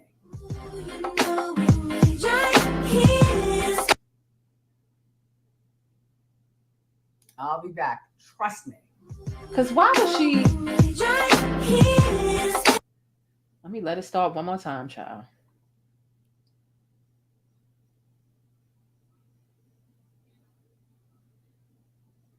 Co-host, I'm famous, and I'll be back. Trust me. Something felt weird about this. Something felt off about it. Wendy has been on television for years. And, for her to come on and say, hey, I'm famous. Like, girl, we know you famous. It's the 5 seconds a day they can get her to pretend to be sober or in her right mind. These lines are scripted. It's not like Wendy to come off this like this. It's just not. And she making this announcement to promise us new content. Like, baby, don't worry about us. Please don't worry about us. Worry about you. We will be fine. Yeah, there are some people in her comments that are like, we want the podcast. Like, what did she posted some shoes earlier today. And I'm here in the comments and people are like, we want the podcast. We don't want to see about these shoes. I'm like, damn, leave it. Look, we want the podcast. Like, yo, she need to get well, and don't be pressuring her. Oh shit, not me liking the comment, child. Don't be pressuring her to come back when she's not ready. Because if she come back all premature and embarrasses herself the way that TMZ interview was when she held up that foot, it's not gonna be cute, right? This is stressful. It's stressful. It really is. But you know what, Stickies? You know what? The podcast will be like watching a train wreck. At this point, I ain't gonna lie. I wanted to. Wendy Williams, if she was in her right mind, she would fuck up a podcast. I mean, she would do it so well, right? Because she doesn't have to worry about the burden of being on camera anymore necessarily, right? Being on the Wendy Williams show, she had to make sure she had her wigs done, her hair done, her wardrobe done. She had to make sure she felt right inside, which a lot of times she didn't. Then she had to read the teleprompter correctly. Like, it's so meticulous. Whereas, if you want a podcast, you can really get down to business, talk to your microphone and your wig cap, and ain't nobody ever gonna know. And you are in your most comfortable state. Wendy Williams has way more than enough money. She can afford the right microphone and the right this to do it from home and be comfortable and shoot straight for the hip. Wendy Williams is a straight shooter when she is in her right mind. I think that she would do in a podcast well if she was well, but she's not. She's not well. Okay. So I don't want her to rush and embarrass herself and further ruin her legacy. When you aren't able to bow out gracefully from whatever it is that you've done, you've accomplished, you achieved, the legacy that you've built, you worsen it. You make it worse. And there's no need to ruin what you have. So yeah, it's kind of like, Madonna. Like, she just won't sit down. She looks a mess. She is a mess. She's never in her right state of mind. She's fumbling down steps. Like, girl, you were iconic during your lifetime. If you would just stop and leave it there, you'd be all right? But some people just don't know how to give it up. They don't know how to let the younger, the newer generation come in and do their thing. They're afraid of being outdone. I don't know if Wendy still feels like she's going to be on top of any type of game. If she feels like she's going to be on top of the podcast game, the radio game, the syndicated television game. The same thing, the same way I said about the Breakfast Club. The peak, the best times of the Breakfast Club are behind them. They've already reached their peak. They can't do any more than what they've already done. It's the same with Wendy. Her peak is far behind her. And Wendy Williams has had so many amazing things that she's accomplished. Even with her sassy and sometimes nasty ass attitude, she still has accomplished a lot. She still has. So, yeah, it was the eyes for me in the last one that kind of made me feel like, yeah, something's going on here. It just wasn't it. It just wasn't it. Again, they found her asleep in the Louis Vuitton store last week. Makes perfect sense because 4 days ago, she posted this picture of these Nikes, and let me see, the caption says, thank you to my good friend at MZ Rocket, at Louis Vuitton, for always taking care of me. That's why she was asleep on a public display bed in the Louis Vuitton store. Not to mention that video of her being dazed and confused and speaking gibberish to somebody, a fan who saw her in the car, and she wanted them to come up and speak. She wanted the camera's attention, but she wasn't even sober enough to really give the camera I won't even say sober. She wasn't in her right mind, because I'm not going to assume that she's inebriated. She might just be going a little senile. We don't know. But nonetheless, look, Wendy's a vulnerable adult. At the end of the day, she's a vulnerable adult, and that's just the bottom line. That's the bottom line. That's the bottom line. That's the bottom line. Okay? That's just that. Let's move on to the next topic. If you're enjoying the show, make sure you either send something to the Cash App, or you can donate for free by hitting the thumbs up button. I appreciate each one of those things the same. Of course, make sure you subscribe as well, because, we always get down to some of the best breaking Black news and celebrity entertainment over here with your girl, thePLAINESTjane, on my channel. Okay? Me and my co-host. Let's get in. Someone says, can you play the podcast announcement one more time? Okay, sure. I'll play that one more time. And then we'll move on to the next subject. All right. Let's see what's going on here. A hot mess, y'all.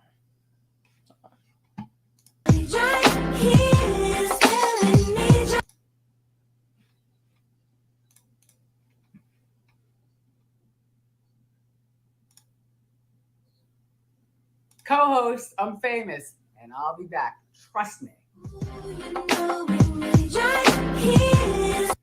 And I'll be back, baby. No,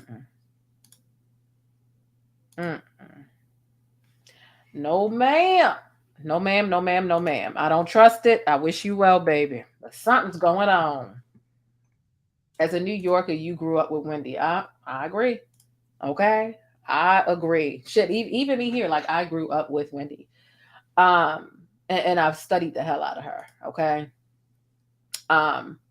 So let's go ahead and get into the next topic. Have y'all heard about Neo and Ice-T and his wife Coco? Not you. Yes, not you. Yeah, no, not you. It's not you. I promise it's not you. Could y'all hear him meowing? What?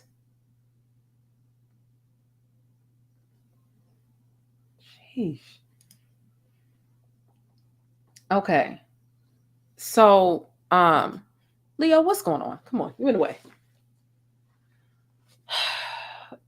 Yes, Leo is literally up here talking. He think I'm talking to him because I do talk to him a lot. We talk to each other a lot. I ain't gonna lie. So sometimes I'm talking to the camera. He think I'm talking to him, and he gets to answer my questions that I'm asking y'all, and he answers them. So I guess Leo has heard about Neo and Ice-T and them. Oh, your cat is meowing back. Oh my God. They said Leo need a tip jar. Child, he do need a tip jar. Y'all go right ahead and send a super chat or a cash app, child. We'll get him some gourmet treats.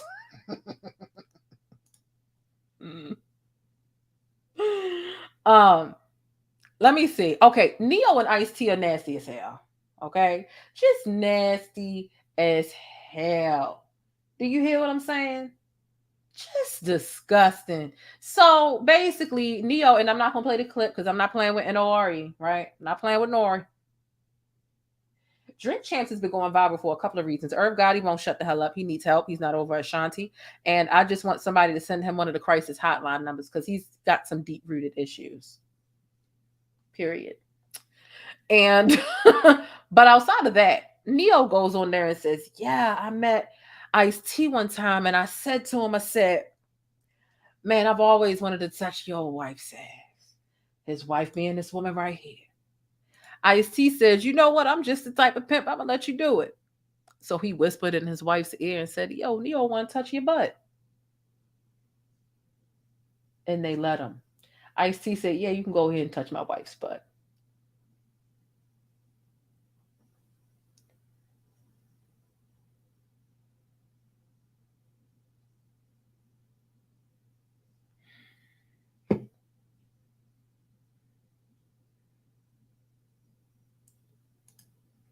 Okay. They need to stop. I need to stop. Y'all need to grow up. Grow up. Tired of telling y'all to grow up. Y'all need to stop it. I'm tired of it, y'all. You ain't finna work me out. It's too much. It's too much. Right, Leo? I know. That's what I'm saying.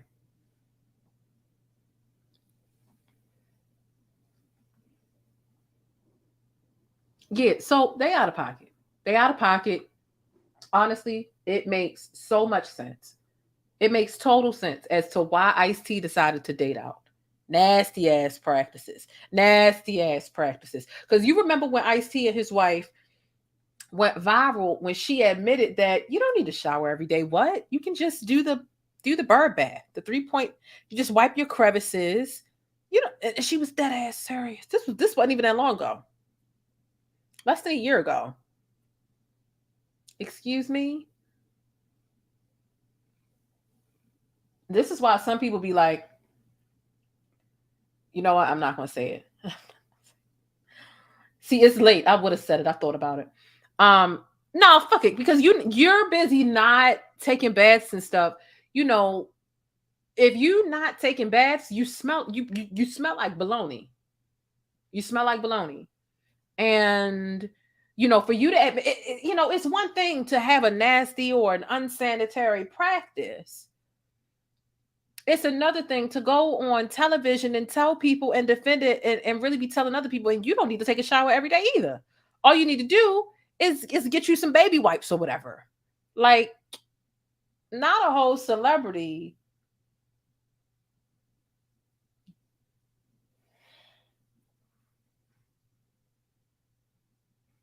It was gone. Let me just go in the bush and weep.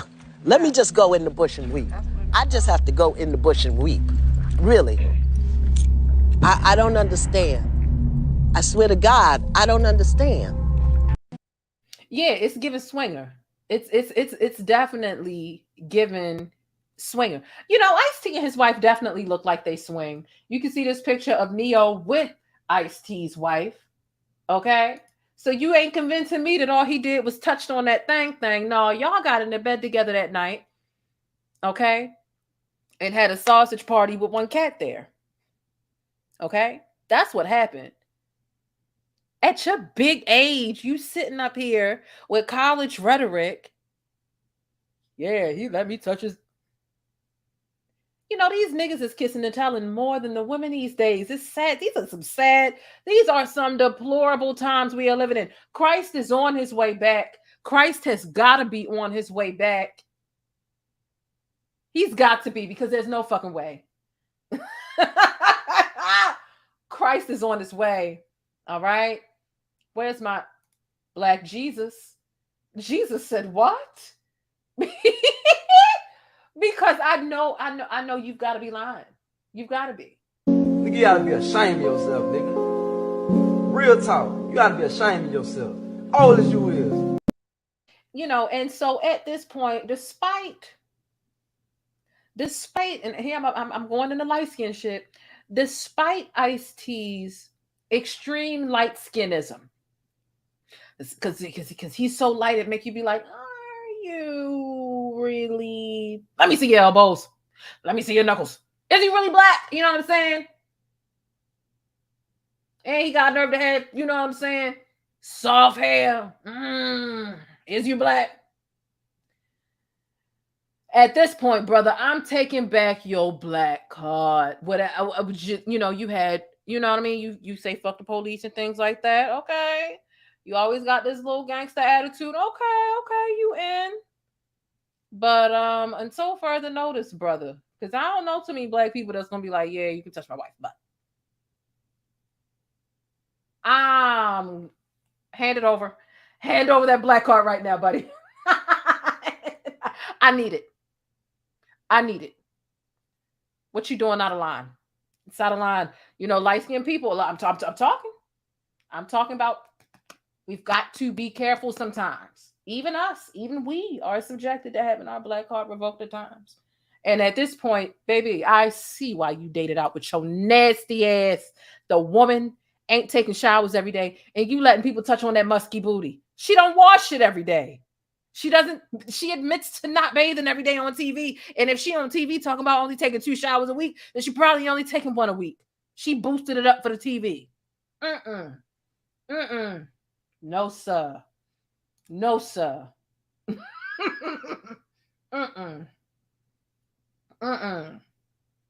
No. It's about the knuckles and the elbows. Look, I've got dark knuckles. And hold on, that one not. Which one is the dark? See here? This is the elbow where you know I'm black. I'm black, okay? I am black. You know, so you gotta prove yourself sometimes. They different colors, but give me back your black card, Ice-T, because you look, sometimes this is the type of offense where we're gonna put you on a 90-day probation. Give it back. We're gonna see if you qualified 90 days. We're gonna have to see how much seasoning you putting on that chicken. What's the potato salad taste like? What's that macaroni hitting on? Is it Kraft or is it baked? You know what I mean? You're gonna have to be retested for this blackness again, because you're out of line. you're out of line. Okay.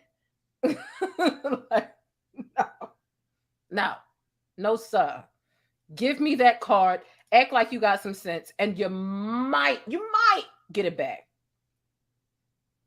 I'm not playing with y'all.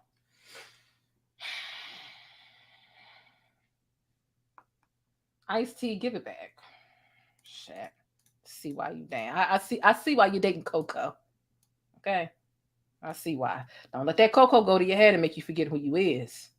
Don't make me talk to you like I'm your mama. Don't let the salt make you forget that you pepper. Because you're supposed to be pepper, brother. Letting this salt contaminate your mind. Stop it.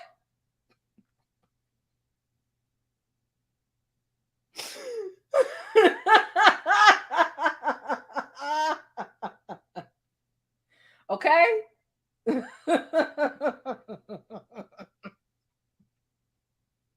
Speaking of dating out, I had to touch on that. I said, yo, Neo is a fool. You in the middle of a divorce, this, that, and the third. You want here to talk about touching this white woman's ass? Like, stop it. It's not even about you touching a white woman. It's about you admitting to touching a married man. Just bye. Bye. Get out my face. Speaking of dating out, right? Speaking of dating out, as we segue on to the next story, okay? Y'all remember Christian Tobey Obumseli? I did this story on him a while ago, okay? This was a big thing. It caused a lot of controversy. It reignited that. Actually, the divestor talk never dies, but it reignited the are you dating out, or that's their preference, or oh well, that's what they get because da da da da da. Christian Tobey Obumseli had a past that didn't make a lot of black women want to be on his side.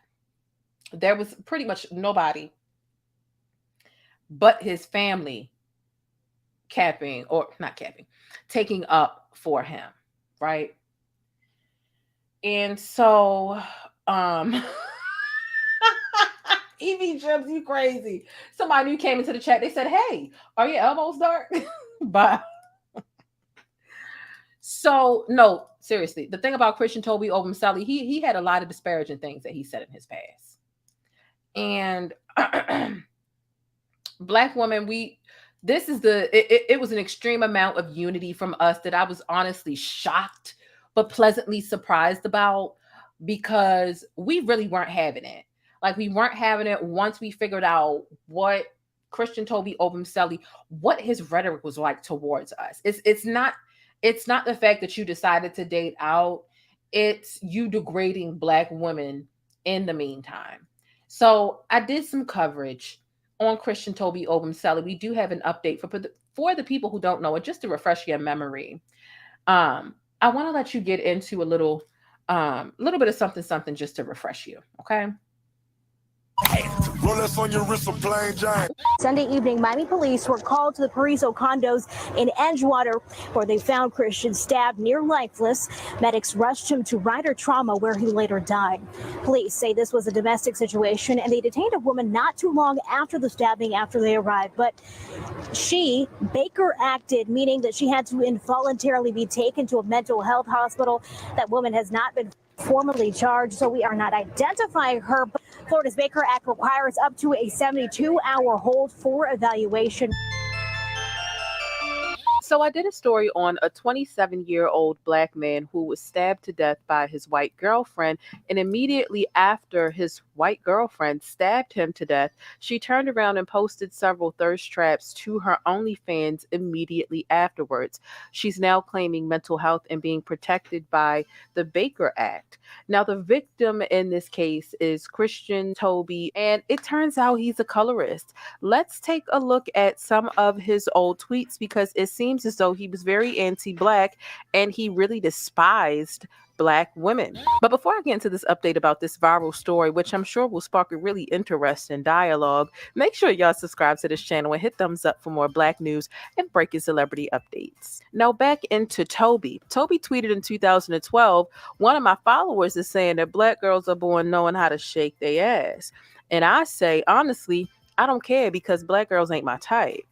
Another tweet from 2012 says, I can't believe one of my followers thinks I talk to black girls when I don't. And then he puts an exclamation point. He wants to make it completely known that he does not talk to black woman. Another tweet from 2012 states, the way black girls disgrace themselves on TV. Well, I mean, this is clearly obtuse and it misses the mark because black women are not the only black people who make a fool of themselves on television. It really is that a lot of black people, especially within the reality TV realm, do, some raunchy, ratchet things. But nonetheless, just the irony within him really being degrading and condescending towards black women and his preference being white women, and him being taken out exactly 10 years after he tweeted these things, being taken out by his preference. The last tweet is from 2015 and it says, white titties are better than black titties. I'm just saying,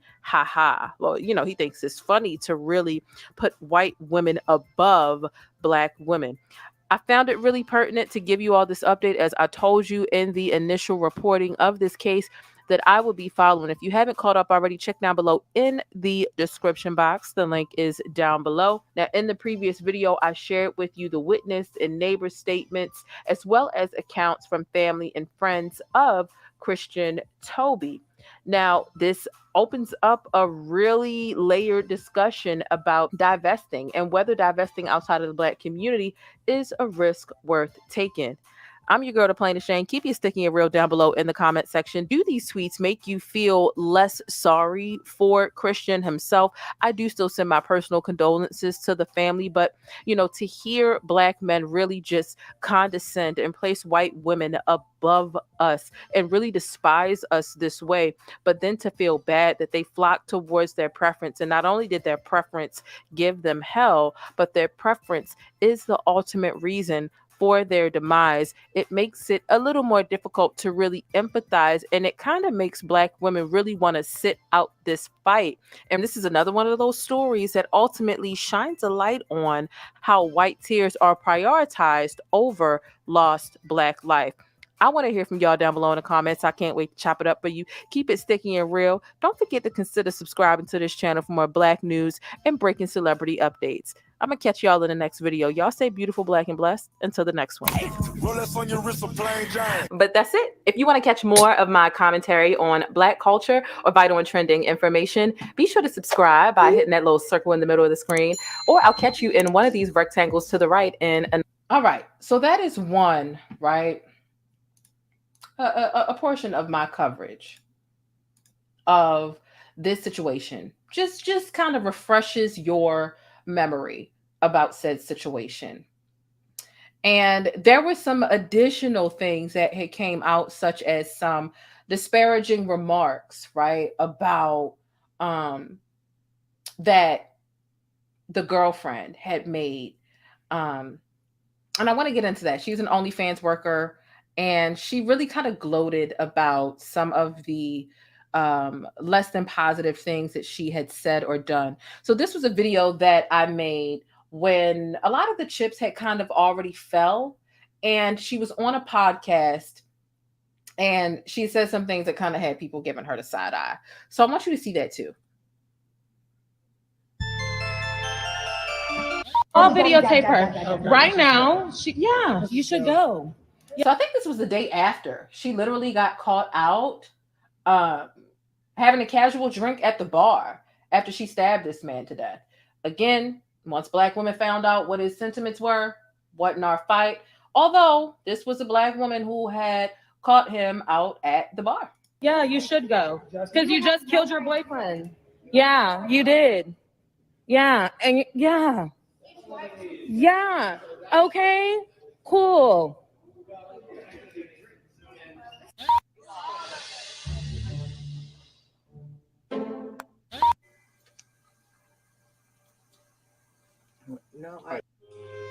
Oh, you sound like you slow. Stop saying that out loud so people can hear how crazy you really are. He beating your ass in the quote retweets. Loser. Y'all be weak in the knees. Stand up. Stand up. I'm Courtney Taylor, and I do OF for a living. OnlyFans. You got like 1 million followers or something? 2 million. Damn. Yeah. You look like the type of girl that only dates like rich guys. Is that true? No, that's not true. I only date black guys, especially black guys. Especially black guys. Let me clarify. I only date rich. Okay, rich black guys. There we go. And you know you're toxic. Yeah. You can tell she like black guys. It's like especially black guys. For all you watching, I'm with it. Do you like to be fully controlled, or do you? I like to be submissive. Pretty well, yeah, in the bedroom, but like in my life, I don't like anybody to tell me what to do. Yeah, so you only want them to tell you what to do in the bedroom. Other than that, you don't want them to tell you anything. Right. That's exactly it. Yes. So that sounds like you're a control freak with your relationships. Be careful with this one. She's gonna boss you around like Sweet toxicity. So you only date rich black guys. So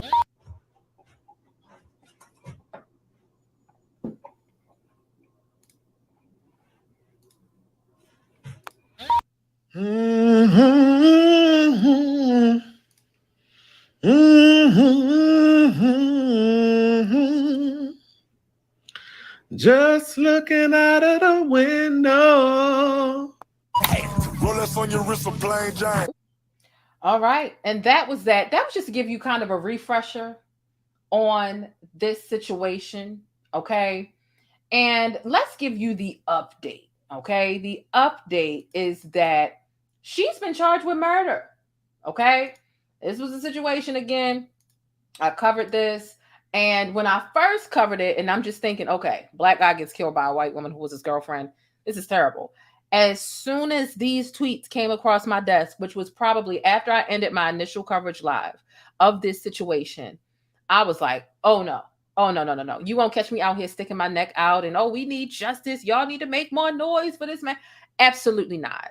Absolutely not. With the disrespectful things that he was saying about black women. Black women would look like doors, cell batteries, and you ran over there to your preference and she sent you up there to God.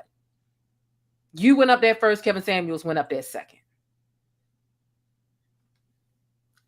Oh, no. And it wasn't about me trying to disrespect him. It was just about me trying to make my stance clear. You know, I'm not wasting my energy. What we do here on YouTube as content creators, we cook, we bring advocacy, and we bring awareness and apply pressure to situations that the mainstream media either doesn't feel like doing or they don't think that it's important. TMZ didn't announce Kevin Samuels' death until 2 days later. Why? That's because us on YouTube, we made a lot of noise about it. And it wasn't that we was, at least not me. I wasn't advocating for Kevin. But we were all into the details, the police report, the time of death, the method of death, who he was with, his rhetoric. Should we feel bad as black women? We are very powerful as black women and black people with voices and with platforms. And to waste our precious resource, which is our voice and our time to create the content and bring the awareness that you need to whatever cause, right? Like I bring a lot of awareness to a lot of causes. Like I truly, like the last big serious thing I covered was the Vaughn McCrae thing. And before that, it was the Everett Jackson thing. So I'm all about covering serious cases that really need more coverage in order for justice to get justice on the ground. Because again, outrage is social currency. And it's not just in a sense of, oh, well, Lil Nas X control and, you know, be faux pregnant online and get everybody upset. Oh, Lizzo gets tired of people telling her to put more clothes on, so she takes her clothes off on purpose just to get under people's skin because it's outrage. No, there's even regular, genuine outrage that is some sort of a social currency and can be of a benefit to a cause or a situation. So as black women, we need to realize the power in that and be selective about the outrage we give to people. There's a black man online right now that's literally trying to fill Kevin Samuels' shoes, but he's bad at doing it. And I see it, right? They put it in the Discord a lot. And I'm like, yeah, that's trash. However, this guy not even getting the views and the traction he wants or he needs in order to sustain himself. He stays bashing black women in order to be successful, which is one of the things that Kevin Samuels mentioned before he started bashing black women all day. He realized if I bash black women all day, I'm going to blow up quick because there's always going to be a market for that. And we need to be selective about how and when we go about really bashing people. So to bring it all back. Us as black women, it was the unity for me. It was us coming together and realizing how we're collectively sitting this fight out. We're not advocating. And so many people took it as hate. It's not hate. I'm just being quiet. How is me sitting this one out, which is what I said, I'm sitting this one out. How is that all of a sudden hatred for him? No, it's just me waiting for people, okay, that really care about him, who don't feel slighted by his prior sentiments, to take up for him. That's it. Like, that is the fact of the matter. Like, that's just what it is. So it's not that how can I wish him hate? He's already gone, you know. I never said that's what he gets or that's what he deserves, because that's not the case. However, she has been charged with murder, and that is the update. And she thought she wasn't going to be charged with murder because she found the Baker Act, which basically kind of prioritizes your mental illness and tries to take the liability out of whatever you did while you were going through an episode. However, she's been charged, and even her attorney is surprised. Her attorney is surprised and says that they've been cooperating with the police investigation and even offered to turn herself in if criminal charges were filed, which is another reason why they were shocked and disappointed in her sudden arrest. She was actually arrested in Hawaii. Okay, so she was actually in Hawaii seeking treatment for alleged PTSD and other issues related to the case. And of course, they were claiming she was a victim of domestic violence, despite the fact that she stabbed him upteen times. I mean, not 1, 2, 3, 4, 5, 6, 7, 8, 9, 10 times. It was a lot. It was a lot. Okay. There was a video of her literally covered in blood afterwards. So it was a big situation. So, that's the situation. Her attorney said that they look forward to clearing her name in court. And yeah, that's that situation. And I wanted to give you that update. It was something I had covered in the past. And so I figured, why not go ahead and give you that update? Although it's not my fight, I am still a journalist or, a reporter. And that is a follow-up to that story. Okay. Without me having any empathy for him, but I do have empathy for his family. So it's cool that his family was able to get some sort of relief with this situation. Okay. So let's go ahead and get into the next story. Okay. I see some people are asking about the Discord link for the members only. I will give you the Discord link after the show is over on the members only community tab. Obviously, I don't want to give it out to everybody because it's only for channel members. So I'll put that on the community tab after this live ends. Okay. I'll place it there. And if y'all in the Discord, if you please could remind me if I forget, please. If I forget about that, okay, to get y'all into the Discord if you are a channel member. That's one of the perks of our membership here, okay? And it's just $1.99 a month to join. Just 50 cents a week, okay? Or you can choose whatever membership you like, okay?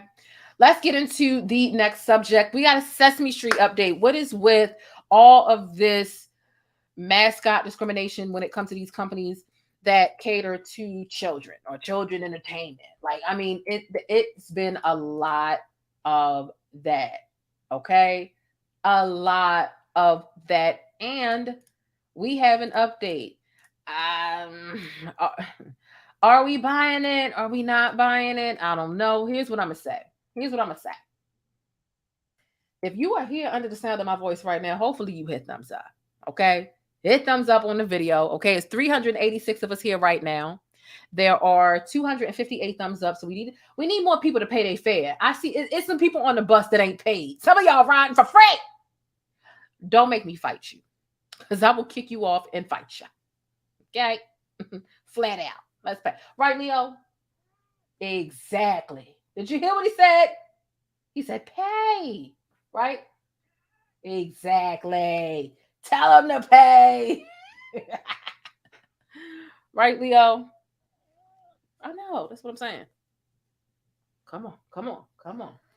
Just wait. Just for a moment. Look at the people. Say hi. Say, can you subscribe, please?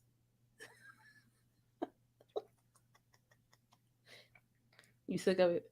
You sick of my shit? Look at the people. Ask him. Look, ask him. Say, can you subscribe? Look, Leo is on the clock. He is clocked in. Okay. He is on the job. Okay. All right. He's done. He's done.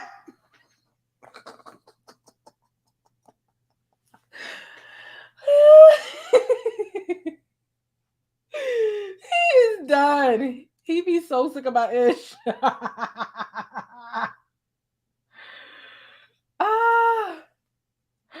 Oh my God. Let's get to the next story. Oh my goodness. Okay. Let me see. All right. So next story, because Leo be trying to throw things off, child. He be trying to throw things off. Let's get into these Sesame Street updates. What's going on? What y'all act like y'all gonna do to not be racist no more? How you gonna teach these people not to be racist? That's what I want to know. Okay. All the outrage. Park leaders have announced comprehensive initiatives to address what much of the public has perceived as intentional discrimination as it pertains to Black children, some of whom have filmed not so nice encounters with costume characters. Among things Sesame Place says it's going to implement an overall racial equity assessment to review what their current policies demand of staffers, plus new standard operating procedure for workers as well. What? Racial equity assessment. Okay. The assessment, they say, will be done by internal and external stakeholders, including noted leaders in the field who'll see this through to completion to make sure Sesame Place stays on track. And there'll also be mandated anti-bias training and an education program meant to make all guests feel welcome, included, seen, and treated equally regardless of race. They say the training is going to be thorough and thoughtful, and it'll become part of the onboarding of all new employees going forward. It's worth noting that Sesame Place had already stated that they were going to be diving headfirst into the incident, and now the follow-through. The last thing that they are committing to is ushering in what they call a best-in-class diversity, equity, and inclusion, a DE&I program, with some heavy hitters overseeing things. Some of the names they're bringing on are Debo, Joseph West, and Sadiqa Reynolds, all of whom have decorated resumes stacked with experience, lending to their expertise here. Yeah, this scandal with Sesame Place, this all sounds nice until these instances cease. We're not having it. I'm gonna let you know we ain't buying it. We ain't buying it. Because why won't you tell us who the hell was under that damn Rosita mask? Why won't you tell us? Why won't you tell us? Are you protecting the identity of a racist? Does that person still work for you? That's what you haven't told us. At the very least, if you're not going to tell us who the hell that was in that mask, the very least you could do is let us know that, listen, that employee no longer works for us. Here's one thing that I know for a fact will be better, will be of assistance if you implement this. Because this is some random shit, right? You need to have number tags on all of these characters, whether it be a bracelet, an emblem, on, inside, not inside, outside of the costume. Everyone needs to have a different number when they clock in. It doesn't mean that they've got to have the same number every day, but you need to keep track of the different numbers that are on these costumes or on the something that's very, how we can ask a cop for a badge number? And I'm not trying to correlate it to police, but I'm just comparing. And honestly, where I got that idea from was Sonic. If you go to Sonic, that restaurant, you pull into the drive-through stalls and they skate out to you with their food. Each employee has on a different bracelet. And they typically put on a different bracelet every day with a different number. But every time you clock in and you put on that bracelet, you have to go back to whatever your inventory. Oh. Okay, the screen had frozen. You have to go back to whatever your inventory system is, and you have to put in what bracelet you had on. That way, even if I don't get your name and I saw you had on bracelet number 7, or if your shirt, or if you had on, and it said 97, I can go complain about employee number 97 today. I can give my complain or praise about that. There's no reason we're still wondering how or why or what employee was under that costume. There needs to be, because the Elmo from Sunday ain't the Elmo from Monday or Wednesday.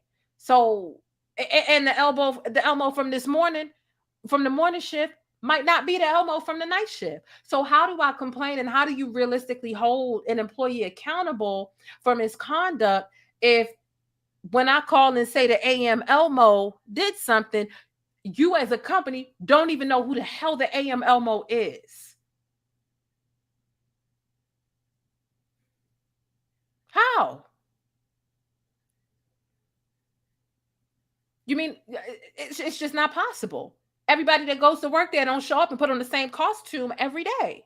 So you need to have a system with some numbers or whatever the case is to easily identify these people, so that Elmo 46 from Tuesday, yeah, it wasn't it. And whatever number morning Elmo wears, nighttime Elmo needs to have on a different number so that people can be held accountable.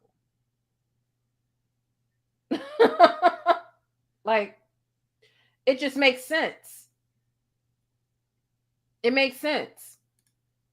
How else are you going to hold you? Okay, you're going to provide training. You're going to provide what? No. How are you going to hold employees accountable when they tell you, when customers tell you that something has went wrong? It's not even when they tell you, when you see the video, because you can sit there and argue with a customer like, oh, they did, or that didn't happen, or we don't agree. No. Put some numbers on them. Put some numbers on them. Period. All right. That's that. Shout out to all 400 of us in this chat at 2:00 in the morning. Okay. Shout out to y'all, and thank y'all for supporting the stream and subscribing and, hitting thumbs up and sending cash apps and all that other stuff. All right. Speaking of child discrimination, right? Discriminating against children. Let's talk about this water park called Summit Waves. Summit Waves. Yeah. Let's get into this. This was a really crazy situation amongst some older teens, 16, 17-year-olds. Somebody said, I thought it was a replay. No, it's not a replay. We live. So they're facing backlash for denying Black guests, entry into a water park. I want to show you this video of these really disappointed children, teenagers, but also a family. This was a birthday party that was paid for well in advance. 200 people. They paid over $2,000 in advance for this party, but the employees felt uncomfortable letting this Black family who had already paid into the water park. Pathetic. When I say we need to boycott, I mean that. Okay. Let's get into this situation.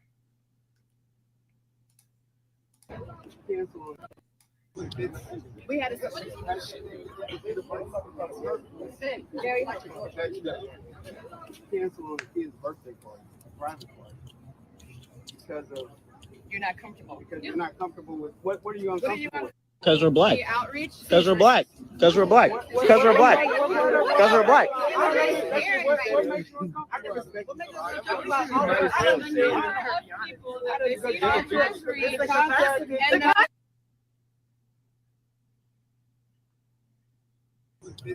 We had a very much.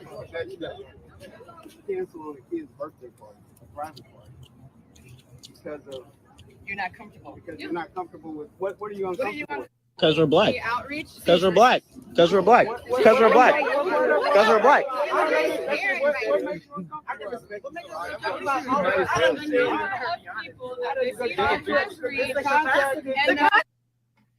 All right.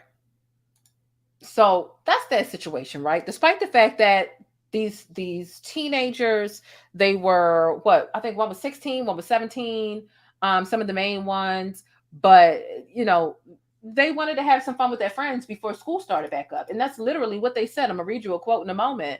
But despite the fact that they paid over $2,000 well in advance, white employees openly denied this paid private party of Black people. They denied them entrance into the water park because they were, quote, uncomfortable. Yes, because in 2002, they are still being that openly racist. Truthfully, the lawsuits just file themselves at this point, don't they? Like they just file themselves. It's something that was caught on camera. The contract, the parties' contract agreed that the venue would host less than 250 teenagers for 2 hours. Again, there were about 200 of them that showed up, right? And the money that was put forth also included additional money for additional private security. Okay. And again, the boy says, I quote, I was hoping to have fun with my friends before we start school again to end the summer, end quote. And then the mother said that these are boys with 3.8 and 4.0 GPAs. Some are going to the University of Missouri. Some of them are star athletes at Lee's Summit and Lee's Summit West. Oh, this was actually from the boy's father. Okay. So these are some really smart boys who are looking to go back to school between 3.8 and 4.0 GPAs. Like, these are good kids. And you're judging them based off of whatever internal prejudice or bias that resides, that was taught to you by your people. Okay. Like, it's just too much. It's in Missouri. It's in Missouri. And actually, quite a few people were saying that welcome to Missouri. A lot of people are saying that not only does Missouri have a lot of those sentiments riddled throughout, some people were saying that this actual water park, and I've never heard of Summit Waves, but I'm also over here on the East Coast too, in Baltimore. But I did see some locals in the area on different forums saying that's how this water park is. Not only is that sentiment all throughout Missouri, but it's also within this water park. It's not the first time that this water park has done something as crazy as this. So, it's crazy. Truth is, I'm tired. I'm tired of stories like this. I'm tired of things like this. It's just too much. They said Missouri equals misery. I mean, the power of the boycott is serious. It's important. That's why I can't wait to get to the Black History moment of today's show. I also can't wait to get to that Beyonce bingo number. But I'm really anxious to get to the Beyonce, to the Black History part of the show, because I literally go back in time to between 1981-ish, 82-ish, and talk about actually a series of successful boycotts, and not the Montgomery bus boycott, something different. It was a time when we had a lot more unity, and we used the power of our dollar or the absence of our dollar to really implement change for us, where there were a lot of disadvantages. But nonetheless, let's go ahead. We on the bus, okay? We on the bus. We taking rides. Let's get away from this racist ass water park, child, because I just I can't.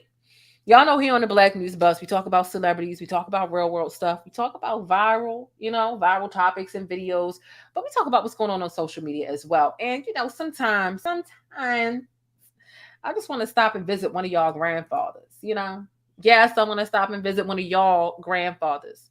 I don't have no more grandfathers who are here for real. So I be wanting to visit some of y'all grandpappies because they're funny, they're wise, they're straight shooters. And,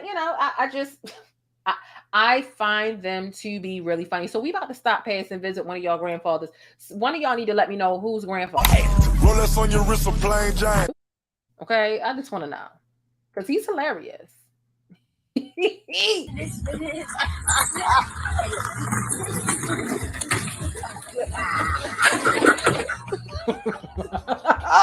First of all, there goes Fraser. Why was he on that trike like that? Go back to this.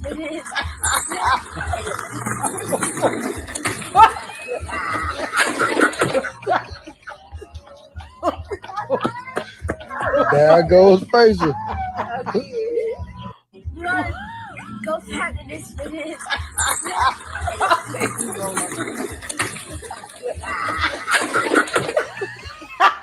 When that one flip flop rolled off, I knew it was over. There goes Fraser. You gotta go back to this for this.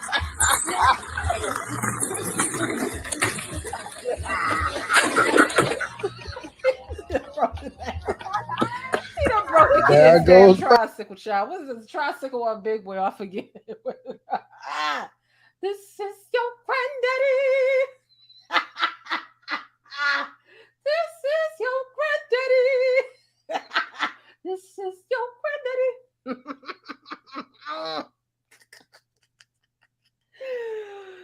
Do y'all know what movie that song is from? This is your granddaddy. The first person who can comment where this song is from, I'll send you $5 on Cash App. So if you put the right answer, I'll see it. Put your Cash App tag, I'll send you $5. Grandpa was out here trying to pop them wheelies. It's not, you know, why he just lay there like that at the end?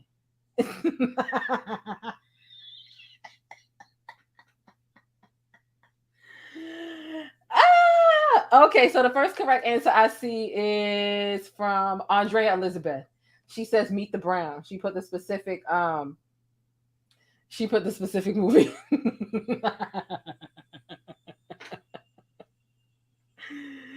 Some of y'all hear the Rugrats theme in that song. I don't hear it.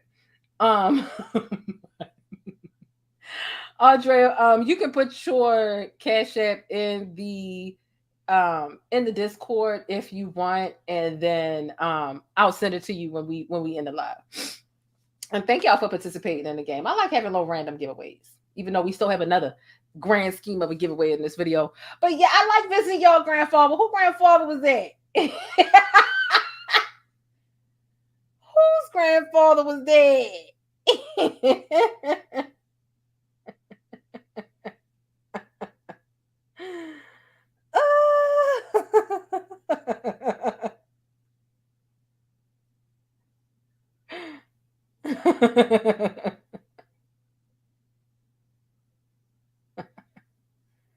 It's mixed with what he advocates for by day.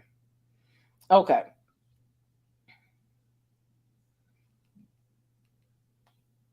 It's the combination of.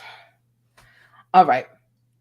So let's get away from y'all grandfather. Y'all grandfather funny though, but you know they can't keep up with us young kids. Y'all saying Tommy Pickles. I wish I understood the Tommy Pickles part of it. The boss of the baby's child. I wish I understood. You know, the funniest thing that I remember from the Rugrats was the fact that they literally named the doctor Dr. Lipschitz. Like, why would you do that? Like, all these babies watching your show, and you literally put Dr. Lipschitz in there, knowing that some kids are not going to be able to enunciate it right. The 2-year-old's going to be like, Dr. Lipschitz. You know what I mean? Like, y'all out here trying to get these babies ass whooped because they're going to be accidentally cussing. When the parents don't understand where they're getting that from, they're just going to hear shit at the end of what. The Rugrats is out of pocket, child. They out of pocket for that. Like, out of pocket, okay? North Carolina in the building. What's up to you? Thank you, GB. Said, love you, PLAINESTjane. I appreciate that. I love y'all too. Now, here's what I want to do. Okay? Let's go on another trip, child. Another stop, right? We're going to get away from Granddad because he can't drive no more. And I want to take a stop to hear an important message about why reparations are constantly put on the back burner for us as Black folk, Black people, Black Americans. I think it's important. I think it's important just to hear this message. And I'm really just I'm just going to leave it there. I ain't going to say too much. This might be an offensive message to some, but it's the truth. Okay. It's the truth. And it's no harm, no foul against anybody. And that's what Dr. It's just you all jumped ahead. You're going to have an unending influx of immigrants into the country. And that's what Dr. Price is talking about. And nobody, no Black politician, no Black organization wants to deal with that issue. They will avoid it at all costs, even though in their hearts they know that's one of the biggest problems for Black folk. We anticipate in the next 10 to 12 years, approximately 86 million Hispanics coming into the United States and 41 million Asians. You have been the majority minority for 400 years in this country. You have been the number 2 population for 400 years. You're going to get kicked out of being number 2. You're going to go down and become number 4. Now, common sense, even a 3rd grade education would tell you, if you didn't get anything when you were number 2,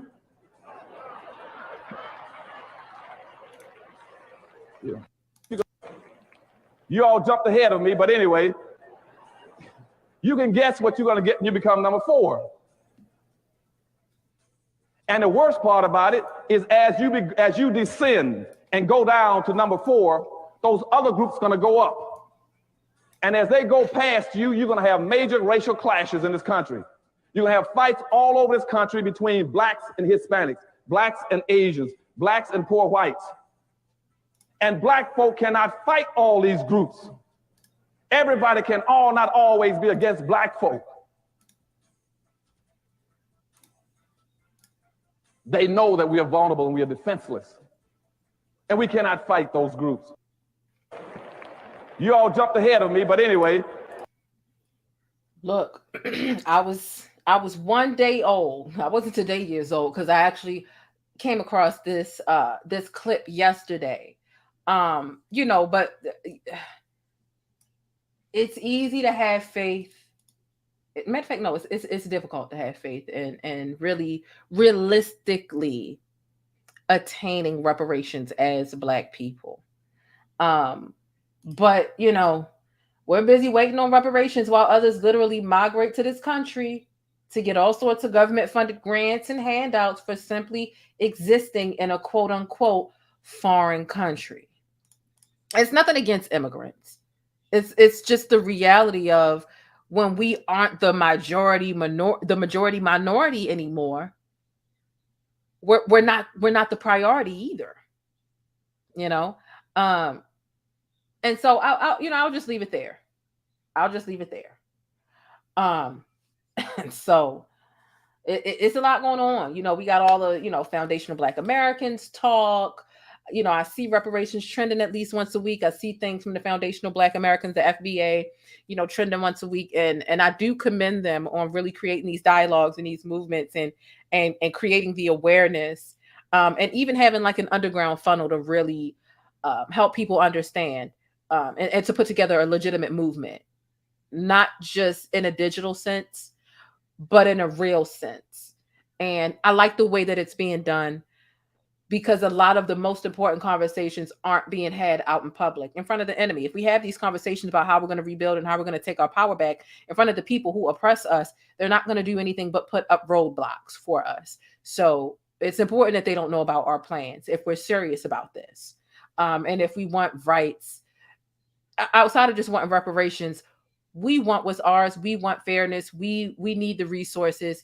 And that's just that. I'll just leave it there, right? Won't get into all my Black Panther talk.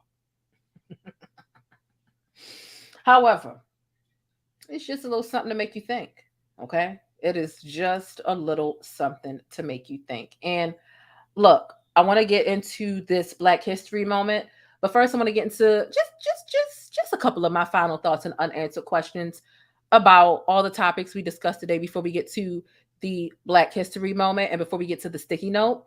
And I'll share mine while you share yours down below in the comments and in the chat, whether you're on the bus or whether you are chasing behind the bus because you didn't catch the live. You're watching a replay, okay? Shay Jen Dropper says, yep, they got the Stop Asian Hate law real quick. We've got nothing. Hello? Like what is going on? Exactly. And again, they get over here and the first thing they do is they collect this $10,000 grant. Then they get this business grant just for being a fucking foreigner, as if we asked to be here. Nigga, we were stolen. We were kidnapped. Like, what are you talking about? But all right, whole nother subject for a whole nother day. Okay. So here are some of my final thoughts. Hey, Mr. Real Estate, thank you for coming in and thank you for hitting that thumbs up button. And I appreciate you mentioning me on your community tab when you talked about the Vaughn and Dre McCray situation. That meant a lot. I appreciate it. So some of my final thoughts are that I'm shooketh right? I'm shook at the intrusive nature and invasion of privacy that the government has implemented when it comes to women's bodies and reproduction rights. Remember, we were talking earlier in the show about hashtag delete Facebook and why it's trending all over again. The teenager being, prosecuted because she essentially did an at-home abortion with the help of her parent. I think it's disgusting. And I think that it is crazy. Thank you to my moderator who got that. It's disgusting that the government has to be privy to the intimate details of whatever you try to do to your body that you felt like was the best decision for you, and then for the rest of the world to have to know it too at the same time. Like, that is a bit much. Like, that's a bit much in my opinion, and I just feel like it's too much, and I feel like it's humiliating. I think that anything that you experience in the public eye, especially on a grand scale, it adds insult to whatever injury exists. Whatever injury they know about, it adds the insult to it. It's one thing if just you and the people in your life or your world know about your situation, and you could potentially be okay with it and its mere existence. But once the rest of the world is privy to it, it throws salt in that wound, and I find that to be crazy. I really want to keep Wendy Williams and Deyjah Harris, right, lifted in prayer, child, because Lord, between Wendy Williams, really still looking like she's not in her right mind, very much showing signs of being a vulnerable adult, as I feel she is, right? That's my opinion, is that she is a vulnerable adult. And I just send my prayers up for her, and then T.I.'s daughter, biological daughter, for going through a situation where she's literally still self-harming. She's still cutting herself because she says she's numb and she just wants to feel something.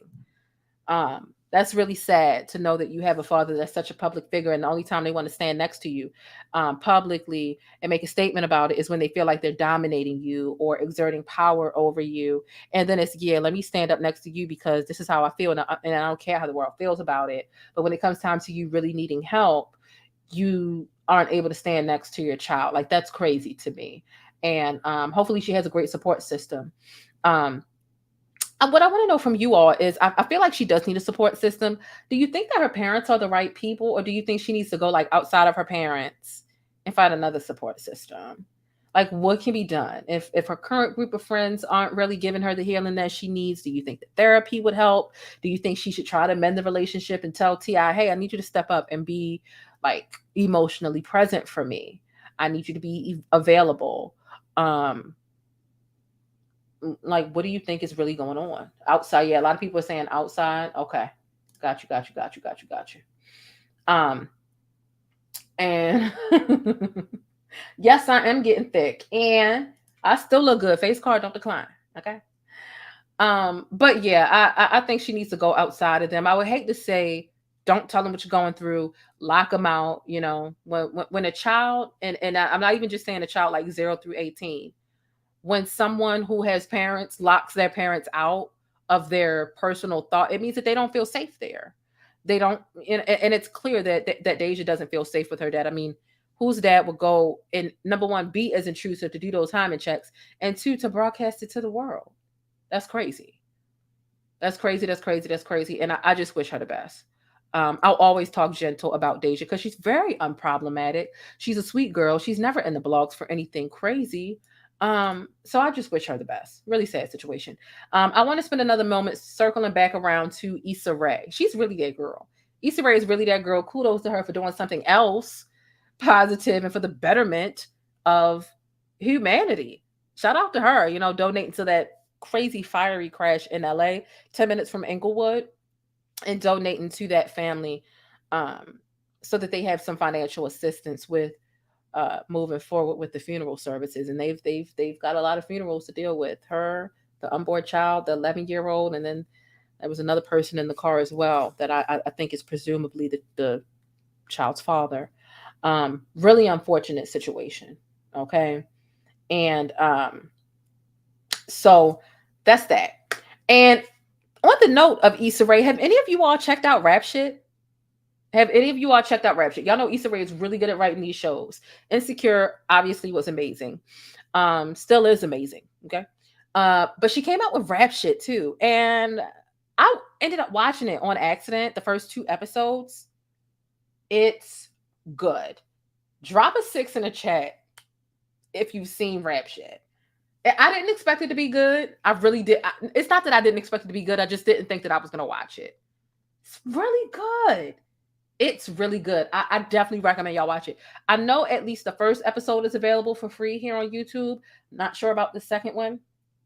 But I know the first 2 episodes were on the HBO Plus app, or whatever HBO calls their app.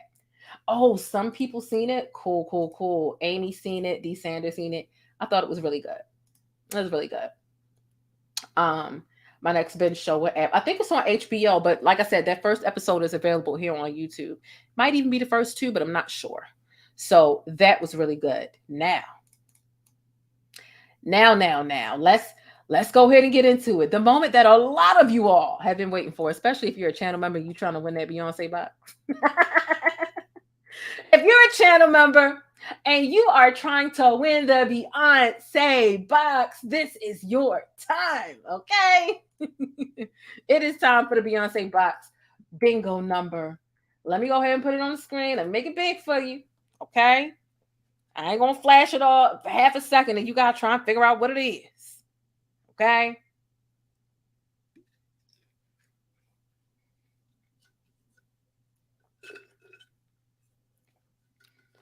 Somebody say HBO Max, HBO Plus, whatever they call the child. That's the bingo number. So we're 2 numbers down with the Beyonce bingo numbers. We got 3 more to go, but you know 1 is a free space. All the rules are backstage. If you're a channel member, you'll be able to see it. Okay. So that's today's Beyonce bingo number. Okay. Leo, you cannot participate in Beyonce bingo. Because you live here, it wouldn't be fair. The people would say that I'm cheating. Okay, well, it would be cheating. What you want to do with the Beyonce box anyway, Leo? Come on, come up here. You want to come up here? Tell the people. Come on. Come on.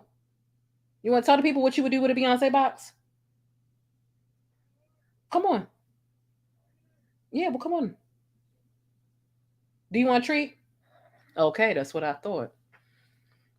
Now, what is your plan with the damn Beyonce box that you sitting up here trying to fight the subscribers for it?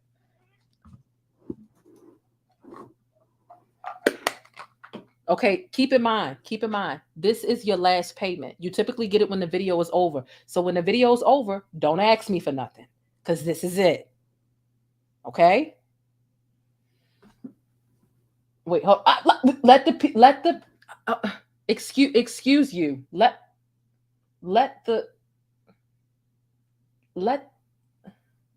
Wait a minute. Face the front. Ow! Damn! Bye. Please get down. Please. You're ruining it. You're ruining the moment. It was cute at first. Please.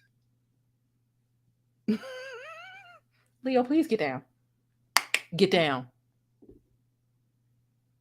You hitting. Get down. Get your butt. Jesus. Lord have mercy.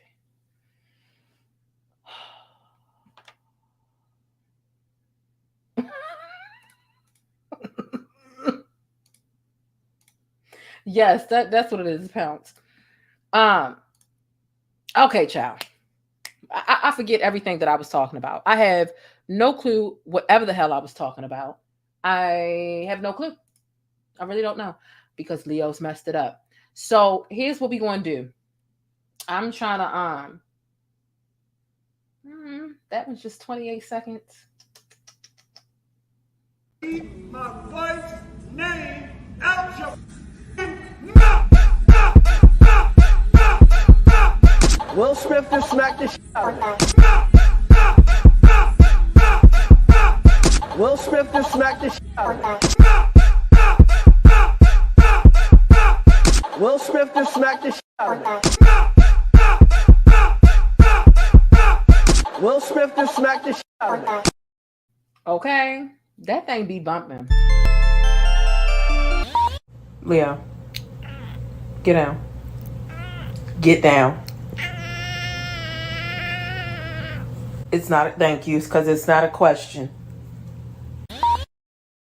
A hot mess. I had to throw some type of jam on. You know, sometimes I'll be playing the R. Kelly. I don't want the R. Kelly to get played out. So, you know, I like a good little remix every now and then.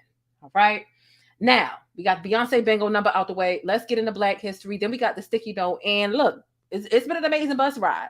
If you want to leave a $10 tip on the bus, like let a little $10 bill fall out your pocket and leave it in the seat, thank you. You will not get it back tomorrow. If money, Gucci slides, Prada glasses, any of that shit you leave on my bus. Leave your Adidas track jacket here if you want. It's mine tomorrow. Don't come back and ask me. Yes, I'll be wearing it when you ask, did I leave this on the bus? It's mine. It's mine now, okay? So please leave some nice things on the bus for me, whatever it is. Hell, if you got a Gucci backpack, leave it on the bus so I can go to work with it tomorrow, okay? Thank you very much. As this bus ride reaches the somewhat end, but not the end, just start gathering y'all belongings and things like that. But let's get into the Black History moment, because you know that Black history is so much more than a month. So I want to get into on this day in Black history. Now let's spend a little bit of time with our ancestors, or at least listening to them, because you know they always tell us you don't know where you're going unless you know where you came from. So let's get into a little bit of Black history with this Black History moment.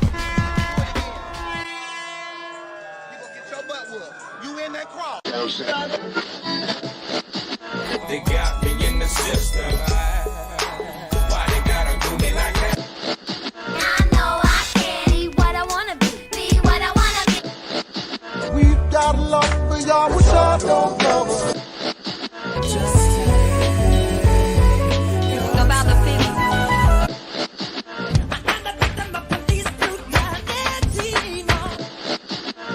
Get down.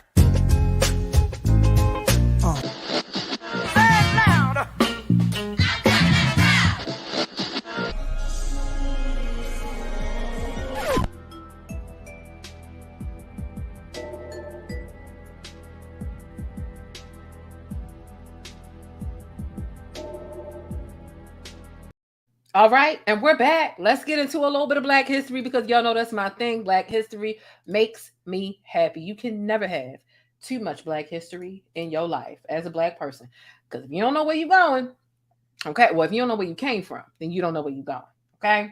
So today's Black History moment, I really want to go back to a 1982 issue of Jet magazine, okay? This is when I talk about the power of unity, the power of in numbers. Unfortunately, as Black people, Black, brown, however you classify yourself, we are so divided. We're more divided now than anything. And the importance of numbers and the absence of your dollar has a lot of power, believe it or not. And so I want to go back literally and look at this Jet magazine from 1982. I am a vintage junkie. Okay. So like, I really love looking at like old stuff from like the 90s or whenever. I love looking at artifacts. I guess that's a better way to say it. Right. But let's go ahead and take a look at this. Now, is it gonna let me? The screen ain't working right. Hold on, I might have to put it on another screen. This is all right. So let me. That's still not enough though. It's still not enough. All right, so let me put this on another screen real quick, because we're gonna look at this. And I want to go through, I'm like, literally, I love looking through old newspapers, old magazines, just kind of getting a feel for what the times were like and what were people talking about. And it's a great source of history, because you don't have to worry about, details change. Every time a story gets passed down to another person, another generation or whatever, some of the details might not necessarily stay as true.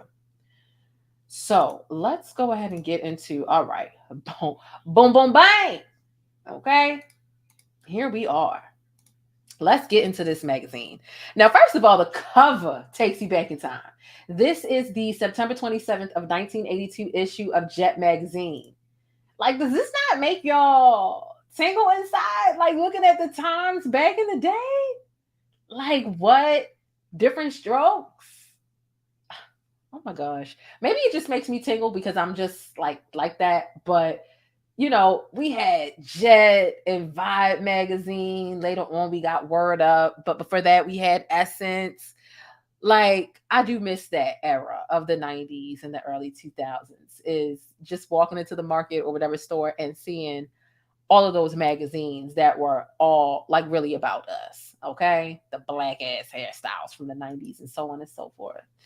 But anyway, you even got this daggone cigarette ad. Okay. There's only one way to play it.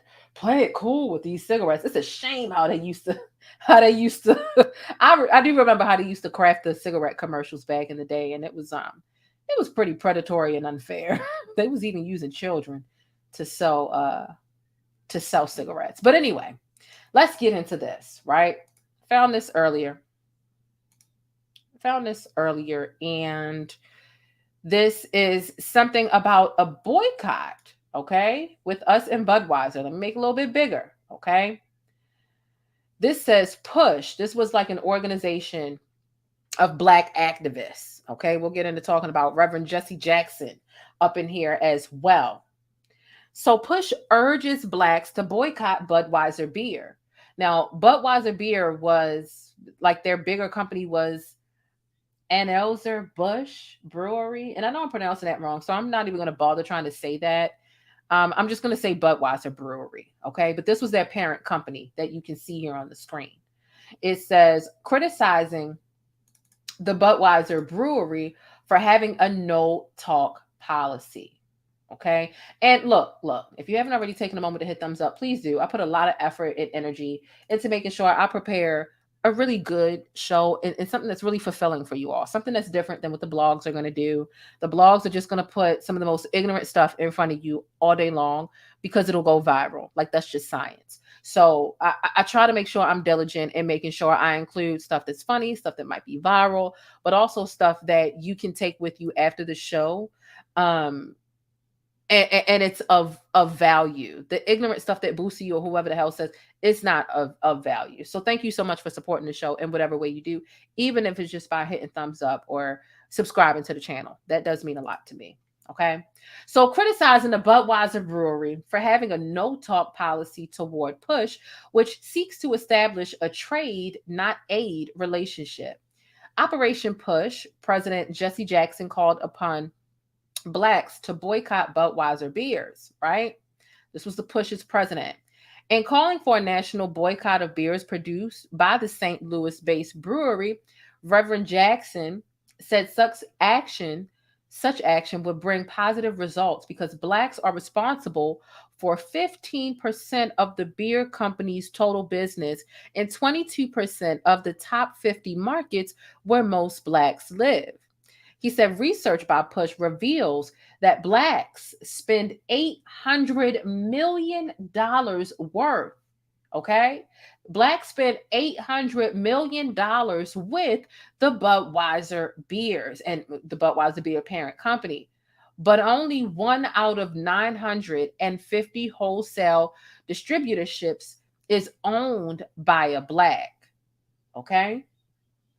He said efforts to negotiate for a fair share has been rebuffed. And this is another thing that I really enjoy about reading old newspapers is their verbiage. Their syntax and their diction is a bit different, but that's just me, okay? He said efforts to negotiate for a fair share has been rebuffed. He says, quote, they do not respect Black people enough to even talk to us. They've dismissed us, right? They have dismissed as irrelevant our negotiating team, Jackson said. When they have refused to meet, they have in effect rejected this body of distinguished Americans.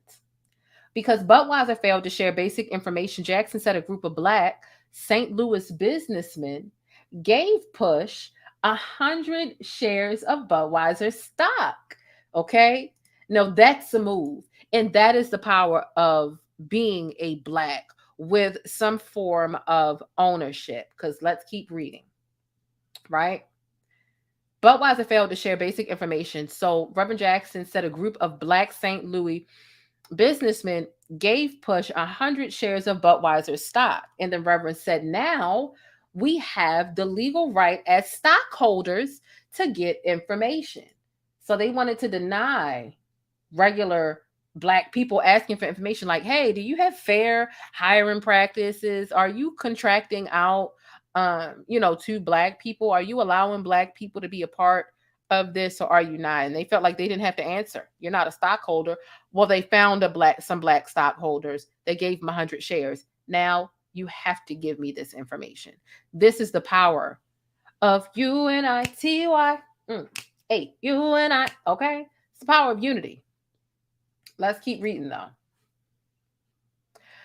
Now we have the legal right as stockholders to get information, he said with a sense of accomplishment in stepping up his battle against the beer company.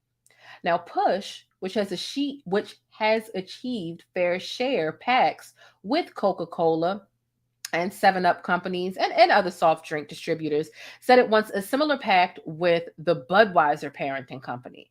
They said, quote, we want more than the Minority Economic Program, which the parent company of Budweiser announced a year ago and has repeated recently in expectation of our announcement of a boycott against Budweiser. So this was something that it was a part of a systematic effort from them. And when I say that, I mean that Black folk, the Push company, they actually did this to quite a few different beverage industries. They realized how much money that Black people were spending with beverages. And I'm talking alcoholic and non-alcoholic beverage companies. So they did this to Coca-Cola, as we've seen at the end. You know what I mean? They did it to 7-Up. They did it to Coca-Cola. They did it to Hubline. They've realized that the beverage industry was where they could kind of shake some power out of them, shake them down and get some power, because they realized like we spend a lot of money here. So they did it with Coca-Cola as well, right? They did this with Budweiser. They did it with Coca-Cola. And on this day in Black history, right? August the 10th. Don't worry about the fact that it's 2:50 in the morning, at least over here in Baltimore it is. So it's technically the 11th. But when I started the show, it was August the 10th. But on August the 10th of 1981, the boycott of the Coca-Cola company. This was what they did. They wanted ownership. They wanted Black folk to get hired. They wanted Coca-Cola to not only give money and do business with white banks. They're like, you need to do business with Black banks too. All of your contractors and all of your franchise owners, all of them are white. You need to give us some ownership. You need to do business with Black folk, and you need to put Black people on your board as well. This was a very orchestrated effort. It was in form of boycott, and it worked. It worked. And on this day, the Coca-Cola boycott came to an end when Coca-Cola decided, okay, we've had enough of this. The Black folk ain't buying our sodas because they want something. So here's what we're going to do. Coca-Cola promised that they would put $30 million, right? Back in 1981, Coca-Cola said that they would promise to put $30 million into Black-owned businesses and place a black on its board of directors. Okay? $30,000. Reverend Jesse Jackson, based in Chicago, and and Coca-Cola's president, all of them announced the agreement together in a news conference. And so we know that Jesse Jackson initiated the boycott after a stalemate in negotiations that had been aimed at increasing Coca-Cola's support of Black businesses. Now, under the compromise, it announced that Black involvement would be increased in 8 areas of Coca-Cola's business system.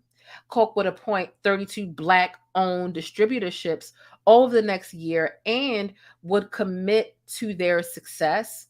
Coke's advertising in Black-owned newspapers and magazines would double to $2 million.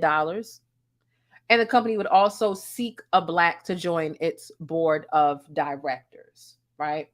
And so this was a very different point in time, right? The company also said that it had a goal of eventually filling 12.5% of its management force with Blacks and 100 of its blue collar openings with Blacks within the next year.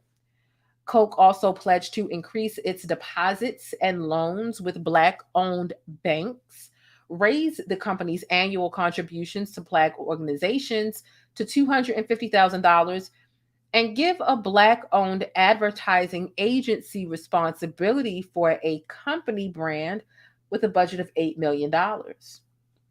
So, when you really talk about a boycott and creating demands and creating a boycott is almost kind of a riot. It's strategic though. And you set out your demands and your demands are met. Like that's how it goes. These were a lot of things. And if it wasn't for the folks giving the stock to this push organization, there were some Blacks that weren't so public about their status or whatever that said, look, here go 100 stocks. You need to get this information. It was all about each one teach one. It wasn't about one Black person trying to, become the Samuel L. Jackson of a Django movie, right? And trying to keep it all to themselves. It's like, okay, if I get up in this company or this business and I'm the only one here, what are my grandkids? What are my children? What are the future people going to have? The fact that they were fighting for ownership, they wanted Black folks all up and through that business. Reverend Jazzy Jackson couldn't work in Coca-Cola. That wasn't his area of expertise. He had a different area of expertise, but he still cared about making sure that there was Black ownership and Black business dealings, and that the Black banks also got some funding. You could imagine even Black banks nowadays, they even struggle trying to survive. Like here in Maryland, there are literally only 2 Black banks, and they be struggling. They don't have nationwide branches from shore to shore. They don't. And that's why a lot of people don't go with local owned banks, because when you go on a trip and you flying out, you want to be able to find your ATM of whatever, right? And so you could imagine what it was back in 1981, being a Black owned bank, not getting the funding, not getting opportunities, not getting the contracts, even though you were far more than qualified to, have some of their franchise. Coca-Cola being all over the place. They can't be everywhere at one time. So they need different people to own these different franchises in different states and areas. They weren't allowing these things for Blacks. So it took for them to say, listen, we're not going to spend no money with this company until we get what we want, until we get what we need, actually. And it worked, and they realized that the beverage industry was that industry that was vulnerable enough, and they understood and they had the data about how much they put in, how much we put into the beverage industry. And it's a lot. The Black dollar stays in the Black community for not nearly enough time. Okay. I think it's 6 hours, child. 6 hours. Okay. Hold on. I know that's not you. Sitting back there talking about supporting Black businesses and they never really doing it. Get it together. This is for the people who really support Black businesses. Head over to pleasebeeasy.com when you get a chance and help keep the Black dollar in the community for longer than the 6 hour statistics show. But Be More Like Us is a unisex clothing line, so it's got something for you, your honey, and even the kids. I know the fellas head over there because the new releases color coordinate with the new sneaker drops. So sneakerheads, you're welcome.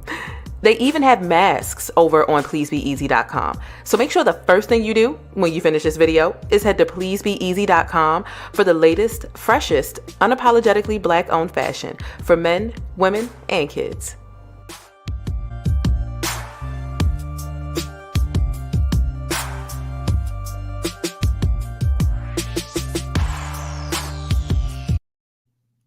Okay. I had to play that commercial because I know I put a little Black fact in that commercial. Okay.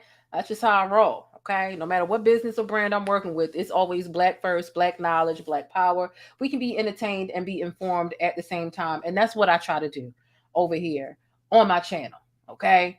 So that was today's Black History Moment. And I hope it was fulfilling for you. I hope it gave you just a little help with understanding how valuable the unity in the Black community is. and how valuable the absence of our dollar is, because it does a lot. Okay. When's the last time we really seen a successful boycott that really crippled a business, a company? Can anybody tell me? Because honestly, now that I seriously think about it, when is the last time that us Black people really said, let's not spend our money here, and the company actually folded, if not permanently, just for a period of time?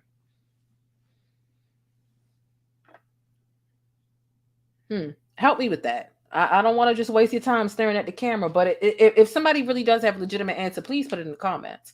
I would love to know. Okay? I would love to know. King Kalani says, you got to drop some merch. Yes, it soon come. I want to make sure it's right. I'm not a premature type of person. I don't want to be doing nothing all quick, haphazard, janky, or, whatever the case is. But, yeah, soon come. Okay.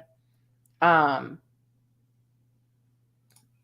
just saw a thumbnail for a show you did earlier. Can't wait. Awesome. Amazing. But yeah, I don't really remember the last time we got together and really made a company really say, okay, we'll give you some things. Okay.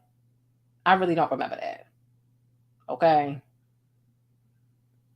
I don't, but I could be wrong, and I'm open to somebody leaving some comments to let me know. Because trust me, if y'all leave some comments, let me know some things down below.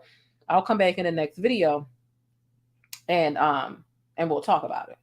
Okay. So with all that being said, okay, be sure to follow me, okay, and be sure to tag me primarily in all your favorite trending topics on Instagram and on Twitter. It is time for the sticky note, and then we're out of here. Okay, we're out of here. It's time to go to bed. It's late. I'm gonna play this commercial real quick. This commercial is really saying thank you to all of my channel members. Okay, it is saying thank you to all of my moderators too, and my subscribers. We'll be right back with the sticky note, and we'll be out of here. thePLAINESTjane. This is one of my favorite comments here. She says, I loves me some black, and she said loves me some black news. She says, is it just me, or does anyone else get tired of seeing people that don't look like them delivering info about them day in and day out?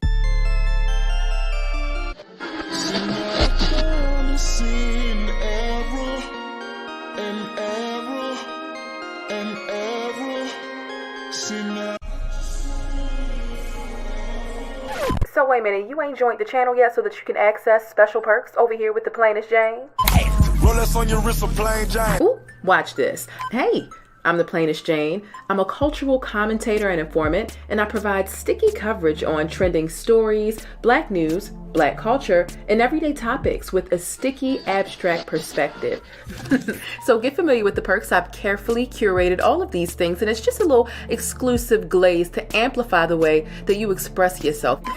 So get comfortable, get used to our official emoji over here. That is the pancake stack, because it's always sticky in Hollywood and in real life, and especially when you spend the time over here with thePLAINESTjane. Like I said, I hope you enjoy the exclusive glaze that I've provided for you to amplify the way you express yourself, and I hope you enjoy the digital vibe. Hey, listen, I always want you to keep it sticky, but be sure to think critically and independently, regardless of what you hear from me or anybody else. But most importantly, I hope that you're feeling all right, and hopefully you've had some time to tackle some of your invisible problems. I know I got a couple of new subscribers, and I just want to say thank y'all. I really do appreciate you. And if you're not quite feeling all right, this channel right here, once you join, it's going to help you kick back and decompress always, but it'll also keep you in the know with what's happening with the best Black news, celebrity entertainment, and a splash of controversy. So again, get comfortable. The first drink is on me, all right? Act like you got some sense, and I'll see you around. But don't forget to keep it sticky 24/7 by following me on Instagram, but hit that notification bell so that you always know when I upload and you get your dose of syrup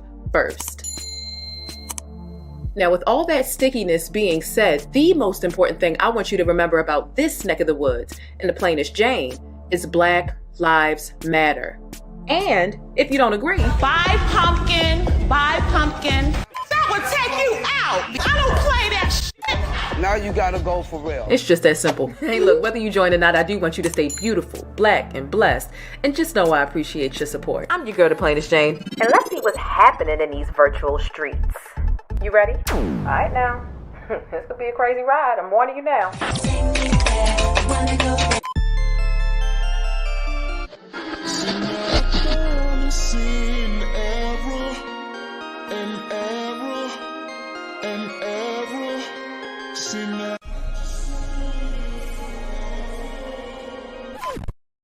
And we're back. Okay, let's get into the sticky note of the evening. Those of you all who know, if you're a regular, you know the sticky note. It's just a motivational quote that I have crafted myself. It's a lesson that I've taught myself, and sometimes I'm re-preaching to myself over again when I'm given these sticky notes. Okay, I am my own life coach, my motivational coach. Sometimes I'm hard on myself. Sometimes being hard on myself works, and sometimes I realize I need to lighten up, because if I'm always breaking myself down, how am I going to build myself back up? But today's sticky note is this. Look, misery will always be offended by confidence and a wealth of excitement.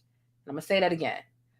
Misery will always be offended by confidence and a wealth of excitement. We've all heard the figure of speech. People want to see you doing good, except for when you're doing better than them, right? So when people are miserable, they are offended that you are happy, you are fulfilled, you are joyous, you are accomplishing whatever the hell you set out to accomplish. That is just the pure definition of misery. But despite the fact that misery is offended by your confidence and your excitement and your next level that you're going to, your promotion, whatever, don't ever make yourself small because of that person. But do take note on the company and the rooms in which you'll have the best experience spreading your wings and flourishing as your full self. I'm not saying make yourself small, but if you realize you'd have been happy with some good news, good energy, some positivity around someone, that you'd have done it 2 times and it seemed like they're always trying to find a negative in it, how do you know that's going to work? Or, they have something pessimistic to say about all of the most positive and joyous moments that you present to them. And they're supposed to be your friend or someone that you were at least confident with sharing good news with, an acquaintance. And they can only be negative. Don't make yourself small for that person. However, stop bringing that person your good news. Because all that person is going to do is try to kill your joy every time. Find the negativity in it every time. Set up a roadblock for it every time. Every time. You might be getting a promotion and somebody else finds out, and here they go trying to tell the boss something about, stop sharing your positive news with people who literally don't want to see you win. Don't make yourself small. Don't not spread your wings as a butterfly. Oh, spread your wings. But be cognizant of the environments in which you're spreading those wings in.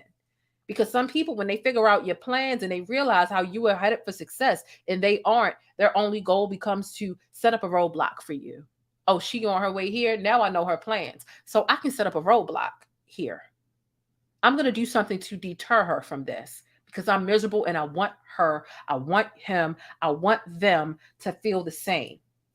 And so some people in some environments, they would rather set you back and see you small because it makes them feel better about their mediocrity. Okay? They're mediocre as hell and they can't help it. They can't help it. They're mediocre. They don't want to change. And they only really get a sense of fulfillment when they're trying to fuck up what you or other people have going on. And so they're complacent and they will project their insecurities onto you if you let them. So stay cognizant because misery will always be offended by confidence and a wealth of excitement. Don't be small. But don't be all up in people's faces that really don't want to see you happy talking about your happiness. I'm not saying keep it to yourself, but tell the people who really have your best interests at heart. Because some people, as soon as they know your plan is similar to a route or a journey. And you'll wonder why you got these random detours and these random, people throw nails in the middle of a road, right? Like just old school tricks to stop a car. You'll realize you'll find some detours. And sometimes you have to wonder, I didn't even tell anybody I was coming here. Oh, but I told one person I was taking this path. How am I hitting this very intentional detour right here? You're sharing it with the wrong people. So sometimes when you're happy, when you're excited, when you're reaching new levels and things in life, either keep it to yourself or share it with the people who you know without the bottom of a doubt have your best interest. And sometimes before you give positive news to people around you, tap into your self-awareness and try to clock their response. Do they not even have a smile to offer? Can they not even be happy for you? Did you just get a or I got work to do, or I got a phone call coming through, I'll talk to you later? Or did you get a wholesome, oh my God, I'm happy for you. You've been waiting for this. I'm so like, what was the reaction? Sometimes you got to clock your environment, and you have to, be cognizant of the rooms and the spaces and the places in which you are willing to lay out your good news, because everybody don't want to see you happy. And I hated when my mother used to tell me that when I was in middle school, but I found out it was true. Lo and behold, I found out it was true about her too, as far as how she felt about me. But that's a whole nother story for a whole nother day. Sometimes hiding your happiness or concealing your happiness from miserable variables is one of the best things you can do. It really is. And so that is today's sticky note about how misery will always be offended by confidence and a wealth of excitement. Don't make yourself small, but do take note on the company and the rooms in which you'll have the best experience spreading your wings and flourishing as your full self. Okay? Now, if that sticky note resonated with you, be sure to comment down below. I'm doing me, so I know it's real. I can't wait to see y'all in the next video. It is late as hell. Oh my God, I can't believe it's 3 o'clock in the morning, which means I won't get to bed until 4. I have a collaboration to do tomorrow at 6 p.m. Eastern Standard Time on another channel. I'm gonna post it on the community tab. Matter of fact, you know what I'm gonna do? I'll probably just, if I could, redirect y'all to that channel over there. But nonetheless, look, I hope y'all have an amazing night. I hope y'all have an amazing evening. Please don't forget to check the community tab if you haven't already. Okay. Thank you for watching. Thank you so much. Thank you so much for taking the time out to kick it with me, your girl, thePLAINESTjane. Okay. I appreciate it. Thank you for hitting thumbs up. If you subscribed, I really appreciate that as well. Don't forget to subscribe to the backup channel if you haven't already. It's the third link down below in the description box. You'll see at TPJ Network, and boom, that's the backup channel. We be over there sometimes cutting the rug, okay? And look, don't forget to do something to pour into yourself today. Do something to decompress today. Even if you need to just tell somebody no, and you're not trying to be mean, but sometimes saying no to other people is better for you, right? No, it's not a bad word, but sometimes it can feel bad. But look, y'all, it's time to go to bed. It's time to go to bed. It's time to go to bed. Bossy, you late. Bossy, how long you been in the bushes? How long you been in the bushes, Bossy? Sunstar said, I'm doing me. Okay. We be catching people that be feeling the sticky notes. 3 in the morning. All right. So look, let me know your thoughts on all the things that we discussed today. Let me know your final thoughts, unanswered questions, opinions. I definitely want to know your thoughts on that last video I did, child, because oh my God, it was a mess. Don't forget to subscribe. Okay. Thumbs up or down. Either way, I appreciate it, because thanks for the engagement. But be sure to hit that notification bell, so that you don't miss out on any of this breaking Black news and celebrity updates. Look, y'all know things are always sticky in Hollywood and in real life. I want y'all to stay beautiful, Black, and blessed until the next video. Don't forget to drop some emojis, some pancake emojis down below in the comments, okay? On your way out, thumbs up on your way out. Check out the last video and check out some of my other content as well. I'm really dope, right? You'll find yourself having a lot of fun and laughing a lot watching my videos. If you really want something to laugh at on your way to bed, or if you still got time at work or whatever the case is, go watch my video on Tyrese that I did like 2.5 weeks ago. Funny as hell. I mean, just funny as hell. But nonetheless, I'm going to catch y'all in the next video. Y'all sleep amazingly, okay? Bye. I'm sleepy. But that's it. If you want to catch more of my commentary on Black culture or vital and trending information, be sure to subscribe by hitting that little circle in the middle of the screen, or I'll catch you in one of these rectangles to the right in another video. I'll see you there.